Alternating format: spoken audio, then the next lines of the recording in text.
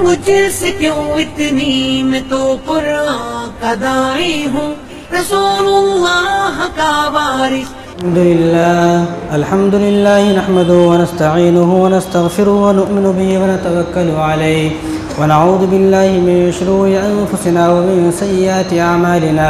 मन यहदिहिल्लाहु फला मुज़िल्ल लहु व मन युज़्लिलहु फला हादिय लहु व नशहदु अन ला इलाहा इल्लल्लाहु वहदहु ला शरीका लहु व सल्लल्लाहु तबारक व तआला अला खैरि खल्क़ि मुहम्मद व अला आलिहि व अस्हाबिहि अजमईन। अम्मा बअद फ़अऊज़ु बिल्लाहि मिनश शैतानिर रजीम। बिस्मिल्लाहिर रहमानिर रहीम।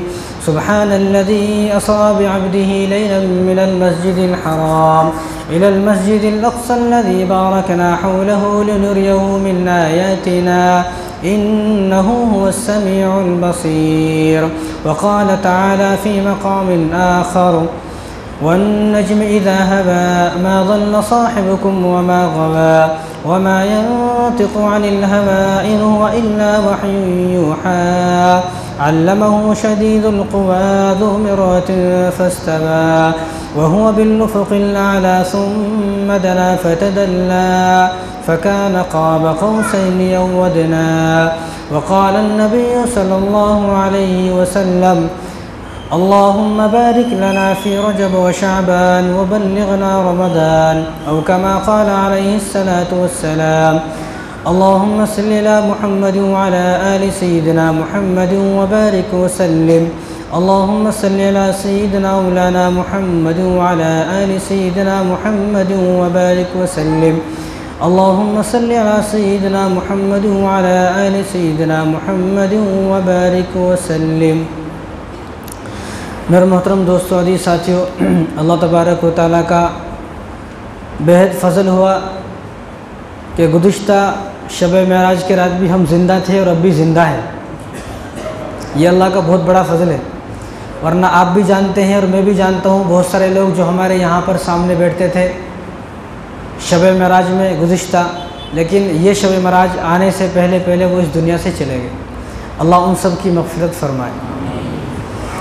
अल्लाह उन सब के साथ रहम का, करम का, आफ़ियत का मामला फ़रमाए। एक साल और मिल जाना ये अल्लाह तबारक व तआला की बहुत बड़ी नेमत है। अब हमारे उस्ताद फरमाते थे, क्या तुम्हें पता है साल क्यों बदलता है? क्या साल क्यों बदलता है? बोलते रहो मेरे साथ ताकि मालूम हो कि लोग बैठने वाले यहाँ पर ज़िंदा हैं। मैं वैसा इंसान नहीं हूँ कि बैठने वाला सामने वाला सो गया और खाली पीली चल रही है बात, वैसा नहीं, बल्कि मेरे साथ बोलते रहें कि साल क्यों बदलते हैं। साल इसलिए बदलते हैं कि हर आदमी एक साल के बदलने से ये सोचे कि गुज़िश्ता साल मेरा एक दोस्त था, मेरा रिश्तेदार था, मेरा पड़ोसी था और मेरे महल्ले में बस्ती में रहने वाला एक आदमी था, वो गुज़िश्ता साल चला गया है, अब मुझे एक साल और मिला है अल्लाह को राज़ी करने का, एक साल और मिला है नमाज़ें पढ़ने का, एक साल और मिला है अपने आप को इंसान बनाने का। इस दुनिया में अगर कोई चीज़ मुश्किल है तो इंसान बनना मुश्किल है, नहीं, आप सबको मालूम है। क्योंकि जब हम जिसको इंसान समझते हैं उन्हें इंसान नहीं रहता है, उन्हें दिखना इंसान है, अंदर से उन्हें भेड़िया रहता है। इसलिए किसी ने कहा ना कि वो ज़माना था जब लोग सांपों से डरते थे और जहर सांप के मुंह में रहता था। अब हर इंसान की ज़बान पर जहर है। पहले ज़माने में इंसानों से, सांपों से डर लगता था, अब इंसानों से डर लगता है। तो एक साल और मिल जाना ये हमारी खुशनसीबी है। तो कितने लोग थे जो गुज़िश्ता शब मेराज में थे लेकिन अब नहीं है, वो चले गए। तो हमें भी अल्लाह तबारक व तआला का शुक्र अदा करना है कि एक साल और मिल गया। रमज़ानुल मुबारक से पहले कौन सा महीना आता है? शाबान का महीना आता है। शाबान के महीने से पहले कौन सा महीना आता है? रजब का महीना आता है। जब रजब का चाँद नज़र आता तो रसूलुल्लाह सल्लल्लाहु अलैहि वसल्लम एक दुआ सिखाते तमाम सहाबा को। रोना यह है कि हमारे मुसलमानों को दुआ याद नहीं है। वो दुआ सिखाते, क्या दुआ? कि अल्लाहुम्मा बारिक लना फ़ी रजब व शाबान व बल्लिग़ना रमज़ान। कि इस दुआ को करते रहें। कब बता रहे हैं? 2 महीने पहले बता रहे हैं, 60 दिन पहले बता रहे हैं। 60 दिन। आज कितनी तारीख़ है? 26 तारीख़ है। अब रमज़ान को कितने दिन रह गए? 1 महीना और 6 दिन रह गए। 36 डेज़ रमज़ान को रह गए। और रसूलुल्लाह सल्लल्लाहु अलैहि वसल्लम कब फरमा रही है दुआ? 2 महीने पहले, 60 दिन पहले इस दुआ को फरमा रहे हैं। तमाम सहाबा को हुक्म फरमाया कि अब रजब का चाँद नज़र आ गया, अब तुम इस दुआ को पढ़ो। इस दुआ का मतलब क्या है? अल्लाहुम्मा बारिक लना फ़ी रजब व शाबान, या अल्लाह हमारे रजब के महीने में बरकत दे, शाबान के महीने में बरकत दे, और वबल्लिगना रमज़ान, और हमारी उम्र को इतना लंबा कर के मैं रमज़ान तक पहुँच जाऊँ। क्यों? क्योंकि रमज़ान में अगर रमज़ान का चाँद नज़र आ गया और रमज़ान का चाँद नज़र आने के फ़ौरन बाद मेरी वफ़ात हो गई, तो रमज़ान में जो आदमी वफ़ात पाता है उसको कोई अज़ाब नहीं होता है। सबको मालूम है कि रमज़ान में जहन्नुम के दरवाज़े बंद कर दिए जाते हैं, शैतान कैद कर दिया जाता है। जब रमज़ान में जहन्नुम के दरवाज़े बंद हो गए, शैतान को कैद कर दिया गया, अब अगर कोई आदमी रमज़ान में मरता भी है तो वो जहन्नुम में नहीं जाएगा, क्योंकि जहन्नुम के दरवाज़े तो बंद है। तो इसलिए रसूलुल्लाह सल्लल्लाहु अलैहि वसल्लम इस दुआ को याद दिला रहे हैं तमाम सहाबा को कि इस दुआ को याद करें। आप इस दुआ को हर नमाज में पढ़ते हैं कि अल्लाहुम्मा बारिक लना फ़ी रजब व शाबान व बल्लिगना रमज़ान। कहीं ऐसा ना हो कि रमज़ान के आने से पहले पहले मेरे ऊपर कोई केस चल जाए और मेरी पूरी जो 2 महीने हैं और पूरा रमज़ान भी मेरा कोर्ट कचहरी में कट जाए। कहीं ऐसा ना हो कोई बीमारी ऐसी आ जाए कि उस बीमारी के आने के बावजूद, उस बीमारी के आने के बाद मैं दवाई खाते रहूँ और मेरी ज़िंदगी दवाइयों पर गुजरती रहे, रमज़ान का एक रोज़ा भी नसीब ना हो। कहीं ऐसी कोई बीमारी, कोई ऐसा केस, कोई ऐसी परेशानी, कोई तकलीफ़ मेरे ऊपर ना आ जाए कि रमज़ान का महीना मेरे हाथ से चला जाए। तो हर आदमी दुआ करने वाला बने, रमज़ान आने तक इस दुआ को करते रहें, या अल्लाह हमारी उम्र को इतना लंबा कर, चाहे रमज़ान का चाँद नज़र आती चाहे मेरी वफ़ात हो जाएगी, लेकिन रमज़ान से पहले मैं ठीक ठाक रहूँ, कि इतनी मेरी उम्र को लंबा कर दे। तो कौन कौन इस दुआ को याद करेंगे? हाँ, इंशाल्लाह तो बोलें। हाँ, यहाँ बैठने वाला आदमी टीवी में आता नहीं, टीवी कैसे देखते? खामोश देखते रहते, कुछ बोलने की ज़रूरत नहीं। यहाँ बैठने वाला आदमी टीवी में नहीं आता है। कभी कभी मुझे भी ऐसा महसूस होता मैं भी टीवी में आ रहा हूँ, स्क्रीन में हूँ, सामने बैठने वाले टीवी देख रहे, कहीं कोई कुछ बोल रहे नहीं, हरकत ही नहीं हो रही, ऐसा लगता सो गया उन्हें। एक मौलवी साहब बयान कर रहे थे, तो उनका बयान ऐसा था, तो उन्हें आँख बंद करके बयान करते थे, तो बयान होने के बाद आँख खोलते थे। तो उन्होंने बयान कर रहे थे आँख बंद करके, जब उन्होंने आँख खोली तो देखा कि एक ही आदमी सामने बैठा हुआ, बाकी सब चले गए। अब उन्होंने कहा यार मेरा बयान इतना ख़राब नहीं था कि सब चले गए। तो उससे पूछा भाई तू काहे क्यों नहीं गया, तू भी चले जाना था? उन्होंने कहा कि मैं भी जाने वाला था, लेकिन जिस कुर्सी पे बैठकर आप बयान कर रहे हैं वो कुर्सी मेरी है, मैं वो कुर्सी के इंतज़ार में हूँ, कब आप बयान ख़त्म करते कुर्सी लेकर घर को जाने का है। तो इस तरह ना हो, बल्कि सामने वाले से जो आदमी बात करे उसकी हौसला अफजाई करे, उनकी बातों पर सुबहान अल्लाह माशाल्लाह कहे, इनाम से नवाजें। अब हमारे बच्चे कहाँ पढ़ते हैं? स्कूल में पढ़ रहे हैं हमारे बच्चे। ये जो बच्चे अब जिन्होंने नात पढ़ी है, ये किस लिए नात पढ़ी इन्होंने? क्या आपने गौर किया? ये इसलिए नात पढ़ी, ये मदरसों का सिला है। स्कूल का कोई बच्चा 1000 साल तक पढ़ा, उसको फिर बोलो नात पढ़ो, नहीं पढ़ सकता वो। ये मदरसे की देन है। लोग बोलते हैं मदरसे ने क्या दिया, ये दिया है मदरसे ने, कि मदरसे में पढ़ने वाला बच्चा नात पढ़ता है। अब हमारा बच्चा, पूरे ख़ानदान में कोई एक बच्चा ऐसा नहीं है, ना मैं ऐसा हूँ नात पढ़ सकता हूँ, ना कुरान पढ़ सकता हूँ, कुछ नहीं कर सकता मैं, लेकिन जो हमारे सामने बच्चे नात पढ़ रहे हैं कम से कम उनकी हौसला अफजाई तो करें। ये भी हमसे नहीं होता है। और हर साल मैं बताता हूँ शब मेराज पे भी, शब बरात पे भी, शब कदर पे भी, कि इनका हौसला अफजाई करें, ताकि हमारे बच्चों को भी शौक़ हो कि वहाँ इनाम मिलता है, लोग सुबहान अल्लाह माशाल्लाह बोलते हैं, तो उनसे हौसला खुलता है आदमी का डर निकलता है। अब उसको कोई दे रहे नहीं, माशाल्लाह सुबहान अल्लाह लेने कह रहा है, उन्हें क्या सोचता है, सारे लोग बोर हो गए, अब उन्हें काँपने लगता है, काँपते बेचारा बीच में बंद करके चला जाता हूँ। तो हमेशा याद रखें, जब भी कोई यहाँ नात पढ़ने वाला हो तो उनकी हौसला अफजाई करें। तो हम आज जो जमा हुए हैं वो इसलिए जमा हुए हैं कि आज की रात रसूलुल्लाह सल्लल्लाहु अलैहि वसल्लम को अल्लाह तबारक व तआला ने अपने पास बुलाया। हमें अल्लाह तबारक व तआला ने नबी दिया, तो ऐसा नबी दिया, ये जो मौजिज़ा है ये ऐसा मौजिज़ा है कि अल्लाह तबारक व तआला ने किसी नबी को ऐसा मौजिज़ा नहीं दिया। 1.25 लाख नबी आए, लेकिन किसी नबी को अल्लाह तबारक व तआला ने अपने पास नहीं बुलाया। और 1.25 लाख नबी में से सिर्फ एक नबी है जो अल्लाह तबारक व तआला से बात करते थे। कौन है वो? हज़रत ईसा अलैहिस्सलाम। कौन है? नहीं होता, गलत जवाब। हज़रत मूसा अलैहिस्सलाम वो नबी थे जो अल्लाह तबारक व तआला से हम कलाम होते थे, अल्लाह तबारक व तआला से बातें करते थे। जब वो अल्लाह से बात करते थे तो उनको इतना मज़ा आता था, तो उन्होंने एक मरतबा अल्लाह से कहा, या अल्लाह मैं आपको देखना चाहता हूँ। क्या कहा? अल्लाह मैं आपको देखना चाहता हूँ। ये अल्फाज हम कभी अपने वालिद साहब से भी नहीं बोलते कि वालिद साहब मैं देखना चाहता हूँ। कहीं वालिद साहब आए तो दुआ करते नहीं आना घर में, इन्हें घर में आया तो फिर से मेरी ज़िंदगी जहन्नुम बन जाती। तो तो यहाँ क्या दुआ कर रहा है, या अल्लाह मैं आपको देखना चाहता हूँ, आपसे बात करने में इतना मज़ा आ रहा है, तो मैं आपको देखूँगा तो कितना मज़ा आएगा। तो अल्लाह ने कहा कि लन तरानी, तुम में इतनी हिम्मत नहीं है, इतनी ताकत नहीं है, तुम मुझे देख सकते हो, आप मुझे नहीं देख सकते। कहा कि नहीं अल्लाह मुझे देखना ही है। कहा कि ठीक है फिर एक पहाड़ पर आ जाएँ। तो मूसा अलैहिस्सलाम पहाड़ पर चले गए। तो अल्लाह ने कहा कि तुम तैयार हो देखने के लिए? कहा कि मैं तैयार हूँ। ठीक है, अब मैं अपनी तजल्ली डालने वाला हूँ, अभी मैं आ रहा नहीं हूँ, अभी मैं अपने आप को जाहिर नहीं कर रहा हूँ, बल्कि मैं अपनी तजल्ली डालने वाला हूँ। तो अल्लाह तबारक व तआला ने अपनी तजल्ली सिर्फ डालनी शुरू की तो वो पहाड़ जो था रेज़ा रज़ा हो गया और मूसा अलैहिस्सलाम भी पहाड़ से नीचे गिर गए, बेहोश हो गए। कई दिन के बाद होश आया उनको। तो अल्लाह ने फिर पूछा क्या हुआ? क्या कहा अल्लाह मैं आपको नहीं देख सकता। तो मूसा अलैहिस्सलाम वो नबी हैं जो अल्लाह से बातें करते थे। उनका दिल ये चाहा कि मैं अल्लाह का दीदार करूं, लेकिन वो भी अल्लाह का दीदार नहीं कर सके। तो 1.25 लाख नबी में से अल्लाह तबारक व तआला ने हमारे नबी को अपने पास बुलाया। कौन है हमारे नबी? हमारे नबी का नाम क्या है? हज़रत। हाँ, ये बेसिक से सवाल है, हमें याद होने चाहिए। आज ही मैं एक वीडियो देख रहा था, वो मैं आपको दिखा भी सकता हूँ। उनसे पूछ रहे वो साहब हमारे नबी का नाम क्या है? तो उन्हें क्या बोलता? मैं यहाँ नहीं रहता हूँ। अरे पूछा नाम क्या है? तो बोला मैं यहाँ नहीं रहता हूँ। कहा उन्हें सोच रहा हूँ कि यहाँ के नबी का नाम अलग है, वहाँ के नबी का नाम अलग है। तो ये है मुसलमानों का हाल कि हमें अभी बेसिक सवाल भी नहीं पता। अगर हमसे कोई ये सवाल कर ले कि इस्लाम क्या है, सिर्फ छोटा सा सवाल कि इस्लाम क्या है, बताओ कौन है ऐसा आदमी जो जवाब दे सकता है इस्लाम क्या है? अगर कोई आदमी हमसे बोले कि इस्लाम की फ़ोटो दिखाओ, इस्लाम की तस्वीर दिखाओ, इस्लाम की कोई तस्वीर है पूरी दुनिया में? इस्लाम की कोई तस्वीर नहीं है, लेकिन इस्लाम की तस्वीर है। इस्लाम की तस्वीर क्या है? मैं इस्लाम की तस्वीर हूँ। आप में से बैठने वाला हर शख्स इस्लाम की तस्वीर है।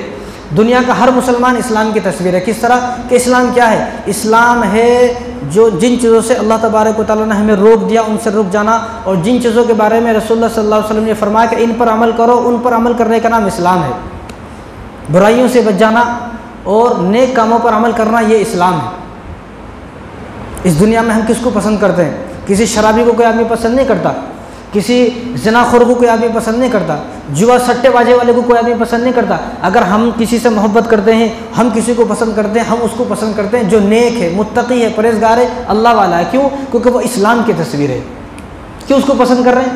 क्योंकि वो इस्लाम की तस्वीर है। जिस आदमी के अंदर हम ये तमाम चीज़ें देखते हैं तो उसको पसंद करते हैं। क्यों? क्योंकि इस्लाम की तस्वीर है। और जो इस्लाम की तस्वीर नहीं है उसको आदमी कोई भी पसंद नहीं करता। तो इस्लाम की तस्वीर के लिए सबसे पहले हमें क्या करना है कि हमें ये बात तो ज़रा कड़वी है और बात ये जो है तीर की तरह दिल में चुभ जाती है, लेकिन ये हकीकत है और ये आपको बर्दाश्त करनी पड़ेगी। ये जहर का घूंट आपको पीना पड़ेगा। क्या? अगर आपको इस्लाम पर अमल करना है, सबसे पहले आप अपने चेहरे पर दाढ़ी रखें। एक शख्स मुझसे बोलने लगे भाई दाढ़ी रखने की दलील क्या है? आप ये बोलते हो दाढ़ी हम रख लें, लेकिन कोई ऐसी दलील दो जो मेरे समझ में आए, ऐसी दलील। मैंने कहा ठीक है भाई, ऐसी दलील दे देते आपको, लेकिन ये दलील के बाद भी अगर आपको समझ में नहीं आया तो आप रखना नहीं चाहते हैं। आपको दलील मिल गई। दलील ये है, दाढ़ी रखने की सबसे बड़ी दलील ये है कि इस कायनात का सबसे खूबसूरत इंसान कौन है? रसूलुल्लाह सल्लल्लाहु अलैहि वसल्लम इस कायनात के सबसे खूबसूरत इंसान है। हज़रत शाह अब्दुल अज़ीज़ मुहद्दिस दहलवी रहमतुल्लाह अलैह ने फरमाया कि अल्लाह तबारक व तआला ने हुस्न जो है, हुस्न उसके 100 हिस्से हैं। हुस्न जो है, खूबसूरती है, उसके 100 हिस्से हैं। 100 हिस्से में से 99 को अलग किया। कितने को? 99 को अलग किया। अब एक हिस्से को लिया, एक हिस्से में से 2 हिस्से किए, 50-50। ये जो एक हिस्से में से 2 हिस्से किया, ये 50 सिर्फ अल्लाह तबारक व तआला ने हज़रत यूसुफ़ अलैहिस्सलाम को दिया। किसको दिया? यूसुफ़ अलैहिस्सलाम को। और जो 50 बचा है, ये पूरी दुनिया को अल्लाह तबारक व तआला ने तकसीम किया। अब बचे कितने? 99। अब ये 99 जो खूबसूरती है वो अल्लाह तबारक व तआला ने रसूलुल्लाह सल्लल्लाहु अलैहि वसल्लम को दी है। इतने खूबसूरत है हमारे नबी। तो दुनिया का इस कायनात का सबसे खूबसूरत इंसान जब से दुनिया बनी है, हज़रत आदम अलैहिस्सलाम से लेकर आखिरत तक, आखिरत की जो आदमी होगा, आखिरी जो आदमी होगा, उस तक अगर सबसे खूबसूरत अगर कोई इंसान है वो मेरे और आपके नबी रसूलुल्लाह सल्लल्लाहु अलैहि वसल्लम है। तो दलील ये है दाढ़ी रखने के लिए कि इस कायनात का सबसे खूबसूरत जो इंसान था उसके चेहरे पर भी दाढ़ी थी। बस है ना ये दलील? इससे बड़ी तो कोई दलील नहीं है। इस कायनात का सबसे खूबसूरत इंसान जो था उसके चेहरे पर भी दाढ़ी थी, तो हमारे चेहरे पर दाढ़ी क्यों नहीं? हज़रत मौलाना अशरफ अली थानवी रहमतुल्लाह अलैह फरमाते थे कि जिस शख्स के चेहरे पर दाढ़ी है और वो वफ़ात पा गया, कब्र में गया और उससे फरिश्ते मुनकर नकीर ये सवाल करेंगे क्या लेकर आया, तो वो अपनी दाढ़ी को दिखा दे, मेरे पास कुछ नहीं है इसके अलावा। मेरे पास निजात के लिए सिर्फ मेरी दाढ़ी है, इसके अलावा मेरे पास कुछ नहीं है निजात के लिए। आप चाहते तो मुझे बख्श दें, आप चाहे तो मुझे पास कर दें, आप चाहे तो मुझे फेल कर दें। तो उन्होंने फरमाया कि मैं कसम खाकर बोलता हूँ कि दाढ़ी रसूलुल्लाह सल्लल्लाहु अलैहि वसल्लम की सुन्नत है, और ये वाहिद सुन्नत है जो मेरे साथ मेरी ख़बर में जाएगी। वाहिद सुन्नत, सुन्नतें क्या हैं? नमाज के बाद, नमाज से पहले जो सुन्नत पढ़ते हैं, शादी ब्याह है सुन्नत के मुताबिक करना है, खाना खाना, सोना उठना बैठना, ये थोड़ी हम ख़बर में लेके जाएंगे, ये सारी चीज़ें यहीं रह जाएंगी। लेकिन रसूलुल्लाह सल्लल्लाहु अलैहि वसल्लम की सुन्नत जो हमारे साथ जाएगी ख़बर में, वो एक ही चीज़ है, वो दाढ़ी है। तो दाढ़ी को जब दिखाएंगे तो फरिश्तों को रहम आएगा, तरस आएगा, वो इसलिए हमें पास फरमा देंगे, पास कर देंगे। तो रखेंगे ना इंशाअल्लाह? रखेंगे। आपको शुरू में ज़रा तकलीफ़ होगी, उसके बाद आपको आदत हो जाएगी, उसके बाद इंशाअल्लाह आपको आदत हो जाएगी। तो हम जो लोग यहाँ पर जमा हुए हैं वो इसलिए जमा हुए हैं कि आज की रात अल्लाह तबारक व तआला ने हमारे नबी को अपने पास बुलाया। तो मैं ये बोल रहा था कि हमारे नबी वाहिद नबी हैं, ये वाहिद नबी हैं जिनको अल्लाह तबारक व तआला ने अपने पास बुलाया। तो हम खुशनसीब इंसान हैं या बदकिस्मत इंसान हैं? हम तो खुशनसीब इंसान हैं। क्यों? क्योंकि हज़रत इब्राहीम, हज़रत आदम अलैहिस्सलाम ने अल्लाह की गवाही दी अल्लाह की निशानियों को देखकर। तमाम नबियों ने अल्लाह की गवाही दी अल्लाह की निशानियों को देखकर। हज़रत आदम अलैहिस्सलाम ने अल्लाह की गवाही दी जन्नत से उतरकर। हज़रत नूह अलैहिस्सलाम ने अल्लाह की गवाही दी पानी की मौजों में उतरकर। हज़रत इब्राहीम अलैहिस्सलाम ने अल्लाह की गवाही दी नमरूद की आग में कूद कर। और हज़रत इस्माइल अलैहिस्सलाम ने अल्लाह की गवाही दी छुरी को अपने गले पर रखवा कर। और हज़रत यूसुफ अलैहिस्सलाम ने अल्लाह की गवाही दी कुएं में उतर कर। और यूनुस अलैहिस्सलाम ने अल्लाह की गवाही दी मछली के पेट में जाकर। और याकूब अलैहिस्सलाम ने अल्लाह की गवाही दी 40 साल रोकर। और ज़करिया अलैहिस्सलाम ने अल्लाह की गवाही दी आरे से कट कर। और याहया अलैहिस्सलाम ने अल्लाह की गवाही दी अपने गर्दन को अलग करवा कर। और हज़रत दाऊद अलैहिस्सलाम ने अल्लाह की गवाही दी, लोहा जब उनके हाथों में नरम हुआ अल्लाह ने उनके लिए लोहे को नरम कर दिया, उन्होंने उस वक्त गवाही दी। और मूसा अलैहिस्सलाम ने अल्लाह की गवाही दी दरियाए नील में उतर कर। और ईसा अलैहिस्सलाम ने अल्लाह की गवाही दी जेल में जाकर। और हुज़ूर सल्लल्लाहु अलैहि वसल्लम ने अल्लाह की गवाही दी मौके पर जाकर। कहाँ दी? मौके पर जाकर अल्लाह की गवाही दी। इसलिए अल्लाह तबारक व तआला ने फरमाया इन्ना रसलनाका शाहिदन व मुबश्शिरन व नज़ीरा, ए मेरे नबी आप मेरी गवाही दें। किस बात की गवाही देना है? गवाही इस बात की देना है कि हकीकत में रसूलुल्लाह सल्लल्लाहु अलैहि वसल्लम जो अपनी आंखों से देख कर आए हैं कि अल्लाह है। तमाम नबियों ने गवाही दी अल्लाह की निशानियों को देखकर अल्लाह की गवाही दी। जिस तरह हमने रसूलुल्लाह सल्लल्लाहु अलैहि वसल्लम के हमने देखा नहीं है, हमने हुजूर को देखा नहीं है, लेकिन हमने हुजूर की गवाही किस तरह दी? हुजूर की निशानियों को देखकर। हमने मक्का देखा, मक्के की गलियाँ देखी, हमने बैतुल्लाह देखा, मकाम इब्राहिम देखा, मदीना देखा, मदीने की गलियाँ देखी, रौज़ा मुबारक देखा, मस्जिद नबवी देखी, सहाबा देखी, हदीस देखी, सहाबा इतने सारे देखे, सहाबा के वाक़यात पढ़े। तो हमने इन तमाम निशानियों को देखकर ये गवाही दी कि रसूलुल्लाह सल्लल्लाहु अलैहि वसल्लम हैं। 1400 साल पहले हमारे नबी आए थे इस दुनिया में, तो हमने गवाही दी हुजूर की निशानियों को देखकर। तो हुजूर ने अल्लाह तबारक व तआला की गवाही दी अल्लाह का दीदार कर कर। और ये वाहिद नबी हैं जिनको अल्लाह तबारक व तआला ने अपने पास बुलाया। तो कुरान करीम में सिर्फ एक सूरत ऐसी है जो सुबहान से शुरू होती है। सारी सूरत अलहम्दु से शुरू होती हैं, अलिफ लाम मीम से शुरू होती हैं, अलिफ लाम मीम रा से शुरू होती हैं, तासीन से शुरू होती है, नून से शुरू होती हैं, ता से शुरू होती हैं। लेकिन वाहिद 114 सूरतों में सिर्फ एक सूरत ऐसी है जो सुबहान से शुरू होती है। सुबहान ताज्जुब के लिए आता है कि हुजूर सल्लल्लाहु अलैहि वसल्लम का आसमानों पर जाना ये तुम्हारे लिए ताज्जुब हो सकती है ये बात, लेकिन अल्लाह तबारक व तआला के लिए कोई ताज्जुब वाली बात नहीं है। लोग बात करते हैं ऐसा कैसे चले गए? भाई ये चले जाना हमारे लिए मुश्किल है, लेकिन अल्लाह ने इसलिए क्या फरमाया सुब्हानल्लज़ी अस्रा बिअब्दिही कि हम अपने बंदे को रात के रात ले गए। अल्लाह ने ये नहीं कहा कि हमारे बंदे हमारे पास आए, बल्कि अल्लाह ने कहा अस्रा बिअब्दी कि हम अपने बंदे को रातों रात ले गए। तो अल्लाह ले गए, हुजूर तो खुद से नहीं गए ना, अल्लाह ले गए। और इसलिए सुबहान जो ये ताज्जुब का लफ्ज़ है कि तुम्हें ताज्जुब करने की ज़रूरत नहीं है। सुबहान जो होता है ताज्जुब के लिए आता है। सुबहानक अल्लाहुम्मा व बिहम्दिका ताज्जुब के लिए आता है, सुबहानल्लाह वल्हम्दुलिल्लाह ताज्जुब के लिए आता है। तीसरा कलमा सुबहान जो है वो सब ताज्जुब के लिए आते हैं। तो यहाँ भी अल्लाह ताला का फरमाने का मतलब ये है कि ताज्जुब तुम्हारे लिए हो सकता है लेकिन मेरे लिए ताज्जुब नहीं है। ये वो ज़माना था जब कुफ़ार थे, जब काफिर थे, मुशरिकीन थे, तो उन लोगों ने इनकार किया कि रसूलुल्लाह सल्लल्लाहु अलैहि वसल्लम नहीं गए आसमानों पर, ऐसा कैसे चले गए, लेकिन वो उनका मसला था। लेकिन अब हमारे ज़माने में तो एरोप्लेन चल रही हैं, चल रही नहीं, हमारे ज़माने में, उनके ज़माने में नहीं थी, चलो उन्होंने इनकार किया, लेकिन हमारे ज़माने में एरोप्लेन चल रही हैं जो 24 घंटे का रास्ता सिर्फ आधे घंटे में तय कर देती हैं। 4000 किलोमीटर दूर है यहाँ से जद्दा, लेकिन जब हाजी हज करने जाते हैं और उम्रा करने वाले जब उम्रा करने जाते हैं तो उन्हें नाश्ता यहाँ करता है, पानी वहाँ पीता है। फजर पढ़ के यहाँ बैठा, फजर की नमाज़ पढ़ने के बाद एरोप्लेन में बैठे और वहाँ चाश तक वक्त वहाँ पहुँच गए। जोहर भी नहीं हुई, ज़ोहर को भी 3-4 घंटे हैं, ज़ोहर होने से 3-4 घंटे पहले वहाँ पहुँच गया। तो अब हमें इस बात पर एतराज़ नहीं करना है, हमें ये बात समझ में आ जानी चाहिए। अब भी बहुत सारे लोग ऐसे हैं, अब भी बहुत सारे बेवकूफ़ लोग ऐसे हैं जो इनकार करते हैं कि रसूलुल्लाह सल्लल्लाहु अलैहि वसल्लम मेराज पर नहीं गए, बल्कि हुजूर सल्लल्लाहु अलैहि वसल्लम को जो मेराज हुई है वो 20 मरतबा हुई है। उस 20 मरतबा में से आप सल्लल्लाहु अलैहि वसल्लम 1 मरतबा अपने जिस्म के साथ गए हैं। ये आपको किस तरह समझ में आएगा? मेराज का खुलासा सिर्फ जो मेराज लफ्ज़ है इसमें 5 हरूफ है। कितने हरूफ हैं? इसमें 5 हरूफ है। आप अपने बच्चों को ये 5 हरूफ बताएं। अगर ये 5 हरूफ आपको याद हो गए तो बस आपको सारी मेराज याद हो गई। मेराज सबसे पहले कौन सा लफ्ज़ है? मीम लफ्ज़ है। कौन सा लफ्ज़ है? मीम। मीम से मतलब मोहम्मद, हमारे नबी का नाम मोहम्मद। मीम के बाद क्या आता है? आयन आता है। आयन, आयन से मतलब है अर्श पर, मोहम्मद अर्श पर। हो गए 2 बात। उसके बाद कौन सा आता है? रा। रा के मतलब रात को, मोहम्मद अर्श पर रात को। उसके बाद आता है अलिफ, अलिफ अल्लाह के पास। उसके बाद क्या आता है सबसे बाद में? जीम, जिस्म के साथ गए, मोहम्मद अर्श पर अल्लाह के पास रात को जिस्म के साथ गए। मसला हल हो गया। सिर्फ ये एक लफ्ज़ में सारी बातें हैं, इसलिए इसको मेराज कहा। इसलिए इसको क्या कहा? मेराज, ताकि लोग समझ लें। लेकिन अब भी बेवकूफ़ लोग, थोड़े लोग समझते नहीं है। तो आप ये लफ्ज़ याद कर लें कि मोहम्मद अर्श पर अल्लाह के पास रात को अपने जिस्म के साथ गए। मसला हल हो गया। तो कुरान करीम में ये वाहिद सूरत है जो सुबहान से शुरू होती है और अल्लाह तबारक व तआला क्या फरमा रहा है? सुबहानल्लज़ी अस्रा बिअब्दिही लैलन मिनल मस्जिदिल हराम। क्या पाक है वो ज़ात कि अल्लाह तबारक व तआला तमाम ऐबों से पाक है, उसको असबाब की ज़रूरत नहीं है। तुम्हें असबाब की ज़रूरत है। अगर तुम्हें यहाँ से नागाराम जाना है, बालाजी नगर जाना है, तो तुम्हें गाड़ी का इस्तेमाल करना पड़ेगा। पैदल जाओगे तो पैरों में वरम आ जाएगा, पैर सूज जाएंगे, थक जाओगे। लेकिन अल्लाह तबारक व तआला इन तमाम चीज़ों से पाक है।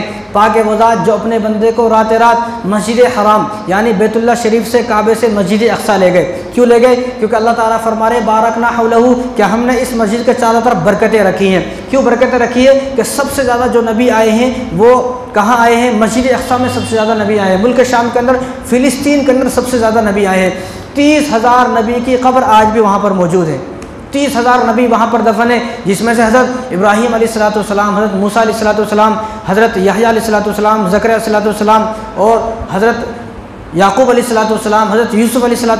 यूसुफ़ अलैहिस्सलाम की वफ़ात कहाँ हुई? मिस्र के अंदर हुई। लेकिन यूसुफ़ अलैहिस्सलाम ने अपनी वफ़ात से पहले कहा कि जब एक वक्त ऐसा आएगा कि तुम लोग मिस्र छोड़कर जाओगे, जब मिस्र छोड़कर यहाँ से जाने लगो तो मेरी लाश को भी निकाल कर यहाँ से लेके जाना और मस्जिद अक्सा के बाजू दफनाना मुझे भी। तो यूसुफ अलैहिस्सलाम, याकूब अलैहिस्सलाम, दाऊद अलैहिस्सलाम, हज़रत सुलेमान अलैहिस्सलाम, ये सारे नबी कहाँ दफन है? मस्जिद अक्सा फ़िलिस्तीन के अंदर दफन है। इसलिए अल्लाह ताला ने फरमाया बारकना हौलहू कि ये वो मस्जिद है कि हमने इस मस्जिद के इर्द गिर्द बरकतें रखी हैं। लिनुरियहू मिन आयातिना, ताकि हम आपको अपनी निशानी दिखाई। इन्नहु वस्समीउल बसीर, कि अल्लाह तबारक व तआला सबसे ज़्यादा सुनने वाले, सबसे ज़्यादा देखने वाले, सबसे ज़्यादा समझने वाले और सब चीज़ों की खबर रखने वाले अल्लाह हैं। इतनी ताकत किसी के पास भी नहीं है। तो अल्लाह तबारक व तआला ने इसी रात को, देखो ये असल देखा जाए तो महीना भी तय नहीं है किस महीने में गए, न तारीख़ तय है किस तारीख़ में गए, न दिन तय है किस दिन गए। लेकिन अब मसला ये है कि जब दिन तारीख़ तय नहीं है, महीना तय नहीं है, साल तय नहीं है कब गए, तो हम लोग यहाँ पर क्यों जमा है? वो हम लोग इसलिए जमा है कि मशहूर हो गया जगने की रात। अगर लोगों को, अपने जवानों को यहाँ पर बैठकर, यहाँ पर जोड़कर न बैठा गया तो इन्हें चबूतरे पे बैठेंगे, जाकर आवारा गर्दी करते फिरेंगे। तो उस आवारा गर्दी से बचाने के वास्ते सबको यहाँ जमा करके बताया जाए कि आज की रात ऐसा हुआ क्या, आज की रात क्या हुआ। तो मेरे नबी और आपके नबी रसूलुल्लाह सल्लल्लाहु अलैहि वसल्लम कब नबी बने? 40 साल की उम्र में नबी बने। हज़रत अबू हुरैरा रज़ियल्लाहु ताला अन्हु ने रसूलुल्लाह सल्लल्लाहु अलैहि वसल्लम से पूछा मता वजबत लकुन नबुवा, आप ये बताएं या रसूलुल्लाह आप नबी कब बने, आप नबी कब बने? तो हुजूर का जवाब ये होना चाहिए था कि जब मेरी उम्र 40 साल 6 महीने 6 दिन जब मेरी उम्र थी, 40 साल 6 महीने 6 दिन जब मेरी उम्र थी, जब मैं नबी बना। लेकिन नबी करीम सल्लल्लाहु अलैहि वसल्लम ने ये नहीं फरमाया, हुजूर सल्लल्लाहु अलैहि वसल्लम ने फरमाया कुन्तु नबिय्यन व इन्ना आदम बैनल माइ वत्तीन, कि हज़रत आदम अलैहिस्सलाम की मिट्टी को अभी इकट्ठा नहीं किया गया था, उस वक्त अल्लाह तबारक व तआला ने मुझे नबी बना दिया था। यानी हज़रत आदम अलैहिस्सलाम की पैदाइश से भी पहले। इसीलिए जब हज़रत आदम अलैहिस्सलाम की शादी हुई, किन से? हज़रत हव्वा अलैहिस्सलाम से शादी हुई, तो उनके पास जाने लगे। तो पास जाने से पहले अल्लाह तबारक व तआला ने कहा कि तुम इनके पास नहीं जाओगे जब तक तुम मेहर अदा नहीं करोगे। क्या अदा नहीं करोगे? मेहर अदा नहीं करोगे। उन्होंने कहा कि या अल्लाह मेहर कैसे अदा करो? तो कहा अदा करो।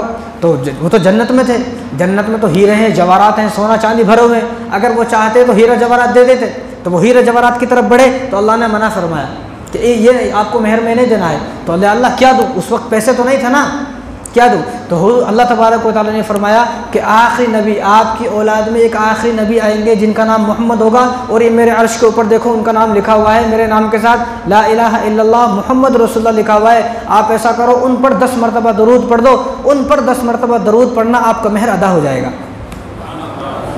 पता ये चला कि हज़रत आदम अलैहिस्सलाम के आने से पहले भी हुज़ूर सल्लल्लाहु अलैहि वसल्लम आ चुके थे।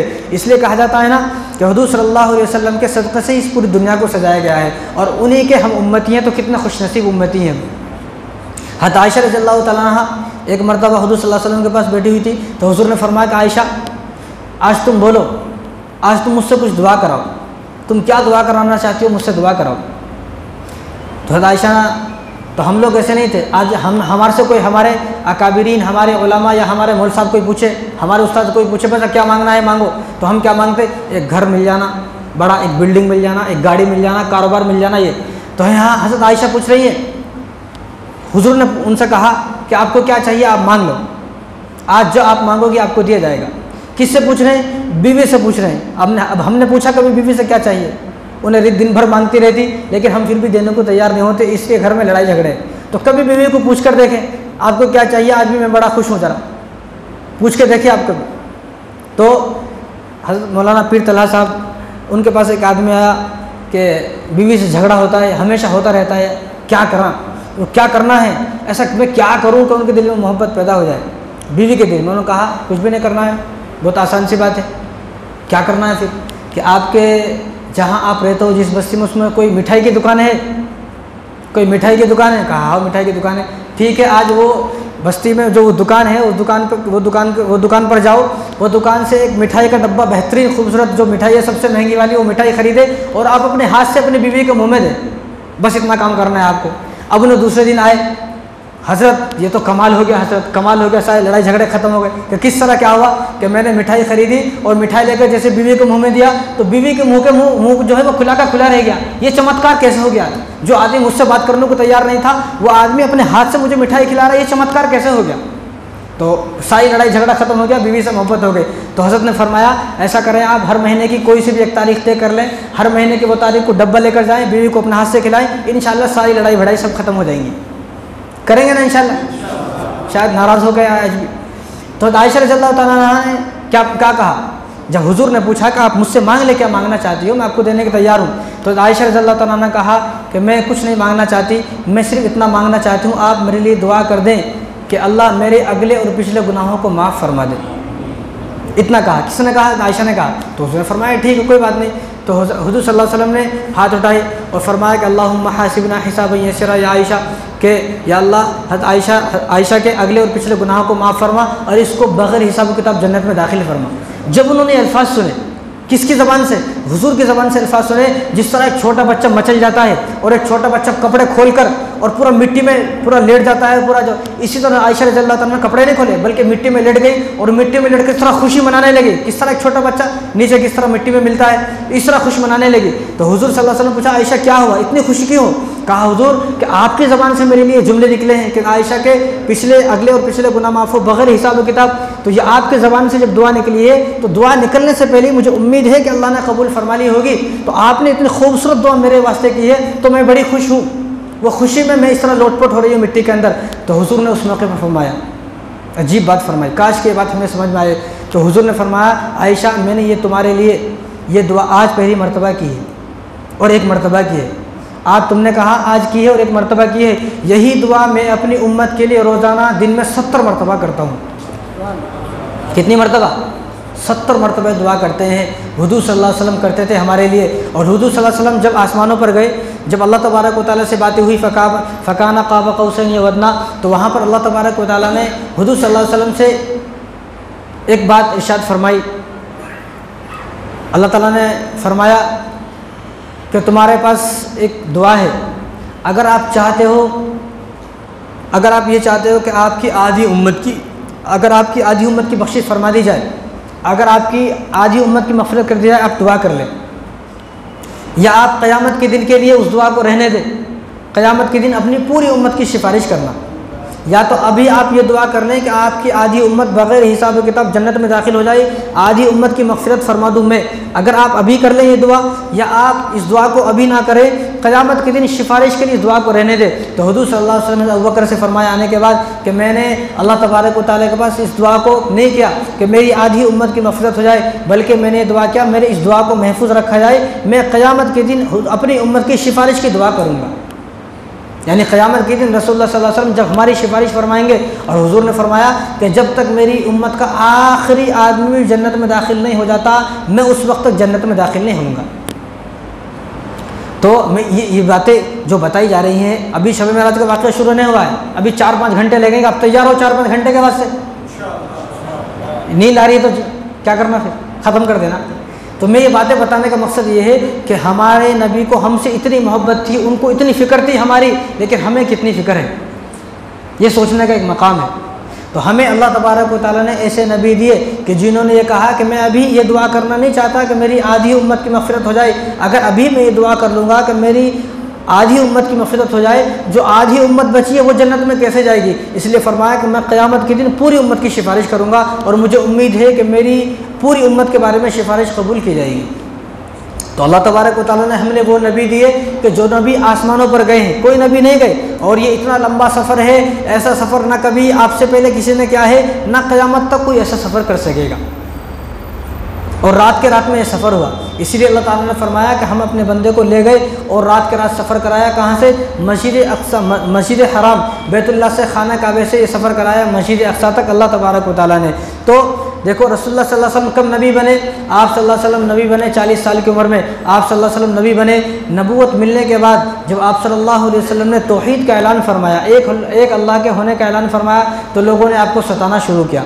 जो सगा चचा था अबू लहब, उसी ने आप सल्लल्लाहु अलैहि वसल्लम पर जुल्म किया, आप सल्लल्लाहु अलैहि वसल्लम पर जाती की। और इस तरह जुल्म जाती नहीं की, बल्कि रसूलुल्लाह सल्लल्लाहु अलैहि वसल्लम रात में अपने घर के अंदर सो जाते, दरवाज़ा बंद कर लेते।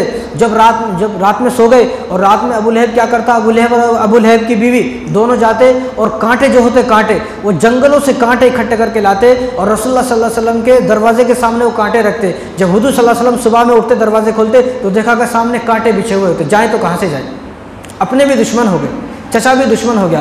तो इसीलिए अल्लाह तबारक व तआला ने पूरी सूरत उतारी, तब्बत यदा अबी लहब व तब, कि अबू लहब के हाथ पैर टूट जाए और उसकी बीवी बर्बाद हो जाए, और बहुत जल्द वो अजाब में दाखिल होने वाला है। ऐसा अजाब कि वम्राअतुहु हम्मालतल हतब, ऐसा सख्त अजाब कि जिसकी जो आग है, जिसकी लपट है वो इतनी जिसकी जो आग है उसकी तपिश ऐसी है कि उस तपिश में अगर किसी पिलर को भी रखा जाए तो पिलर भी ऐसा पिघल जाएगा जैसा कि कागज़ होता है।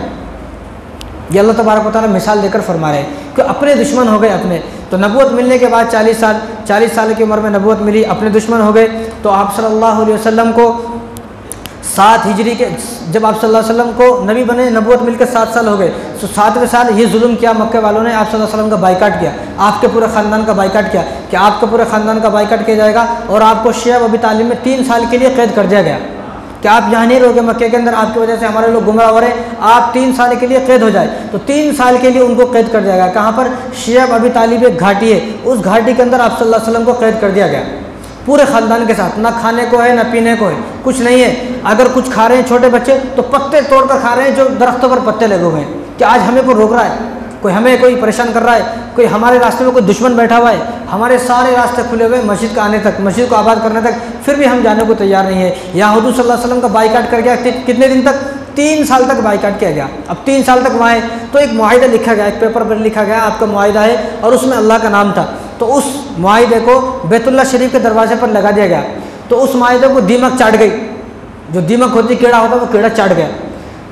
तो जिब्राइल सल्लल्लाहु ने हुक्म दिया कि वो जो मुआहिदा, जो पेपर था काबे शरीफ के ऊपर लगा दिया गया था, उस पेपर को, उस पर्चे को दीमक चाट गई, और उस पर सिर्फ अल्लाह का नाम बाकी है। तो हुजूर सल्लल्लाहु अलैहि वसल्लम ने अपने चचा के ज़रिए से अबू जहल तक ये बात पहुंचाई। तो अबू जहल ने कहा अगर ऐसा ही हुआ कि उस पर्चे पर सिर्फ अल्लाह का नाम बाकी है और सारे को दीमक चढ़ गई, लिहाजा आज से तुम्हारा बाइकाट खत्म है, आज से ही तुम जो है मक्का आ सकते हो। जब अबू जहल ने अपने हाथों से दरवाज़ा खोला काबे का, और काबे के अंदर देखा कि वो पर्चा लगा हुआ है, लेकिन वो पर्चे को दीमक चढ़ के सिर्फ अल्लाह का नाम बाकी है। सिर्फ किसका नाम बाकी? अल्लाह का नाम बाकी है। तो उन्होंने बाइकाट को ख़त्म किया, हुजूर सल्लल्लाहु अलैहि वसल्लम वापस मक्के में आ गए। जब मक्के में आ गए तो मक्के में आने के फ़ौरन बाद आप सल्लल्लाहु अलैहि वसल्लम के चचा का इंतकाल हो गया, अबू तालिब का। उसके बाद बीवी का इंतकाल हो गया, खदीजा का। उसके बाद जब इन दोनों का इंतकाल हो गया, दोनों सहारा थे, आप सल्लल्लाहु अलैहि वसल्लम के सहारे थे दोनों, तो दोनों का जब इंतकाल हो गया तो जालिमों ने आपको सताना शुरू किया, इतना सताना शुरू किया, इतना सताना शुरू किया। आप सल्लल्लाहु अलैहि वसल्लम वहाँ से बेजार हो गए और मक्के वालों से बेजार होकर आप ताइफ चले गए, ताइफ।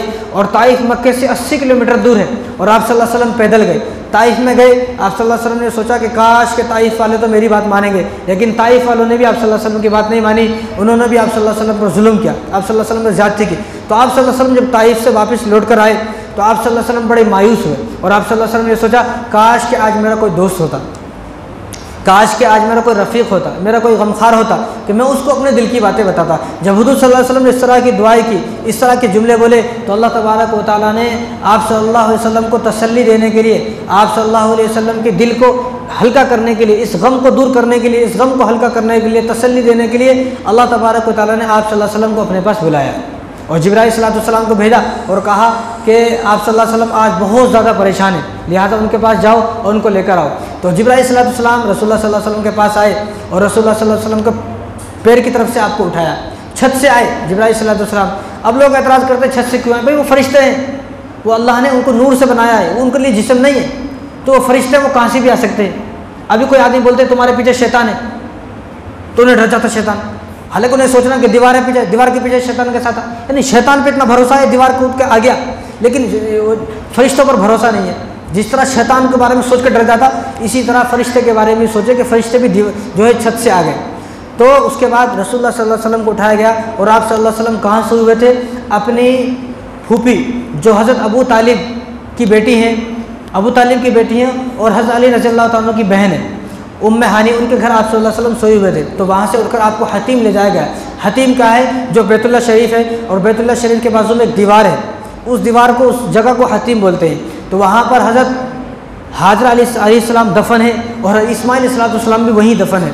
और रसूलुल्लाह सल्लल्लाहु अलैहि वसल्लम इरशाद फरमाया, जो हतीम के अंदर 2 रकात नमाज पढ़ लेता है तो अल्लाह तबारक व तआला उसकी बख्शिश फरमा देते हैं। कभी आपको हज उम्रा नसीब हो तो हतीम के अंदर 2 रकात जाकर नमाज पढ़ना। हतीम क्या है, ये बैतुल्लाह शरीफ है, बैतुल्लाह शरीफ के आजू जो पास में जो गोल दीवार है, उस गोल दीवार के अंदर जो जगह है, यहाँ कोई भी आदमी नमाज पढ़ सकता है, क्योंकि बैतुल्लाह शरीफ के अंदर जाना तो बहुत मुश्किल काम है। बैतुल्लाह शरीफ के अंदर कौन जा सकता है, वो तो बादशाह के लिए दरवाजे खुलते हैं, एक आम आदमी के लिए वहाँ के दरवाजे नहीं खुल सकते। इसलिए रसूलुल्लाह सल्लल्लाहु अलैहि वसल्लम ने काबे को बड़ा ना बनाकर छोटा बनाया और ये जगह छोड़ दी कि मेरे मानने वाले और मेरे उम्मती जो बाद में आएंगे, अगर वो चाहेंगे कि मैं काबे के अंदर नमाज़ पढ़ूँ तो वो हतीम में नमाज़ पढ़े। हतीम में नमाज़ पढ़ना भी ऐसा ही है जैसा कि काबे में नमाज़ पढ़ी हो। तो हतीम के अंदर कौन दफन है, हज़रत हाजरा दफन है और इस्माइल अलैहिस्सलाम वहीं दफन है हतीम के अंदर। जो वहाँ नमाज़ पढ़ लेता है तो रसूलुल्लाह सल्लल्लाहु अलैहि वसल्लम ने इरशाद फरमाया कि उसके अल्लाह तबारक व तआला फ़ौरन मग़फ़िरत फरमा देते हैं। तो अल्लाह ताला आप सबको हज कराए, अल्लाह ताला आप सबको उम्रे कराए। तो जब आप जाओगे तो वहाँ पर नमाज़ पढ़ना, इंशाअल्लाह आपकी मग़फ़िरत हो जाएगी। तो आप सल्लल्लाहु अलैहि वसल्लम को हतीम ले जाया गया और हतीम ले जाकर आप सल्लल्लाहु अलैहि वसल्लम के सीनों को चाक किया गया, दिल निकाला गया, दिल निकाल कर आब ज़मज़म से धुला गया, आब ज़मज़म से धुला गया, आब कौसर से नहीं। हालांकि जिब्राईल सल्लल्लाहु अलैहि वसल्लम जब आसमानों से आए थे तो जन्नत से एक बर्तन भी लेकर आए थे कि जिस बर्तन में आप सल्लल्लाहु अलैहि वसल्लम को दिल मुबारक निकाल कर रखा गया।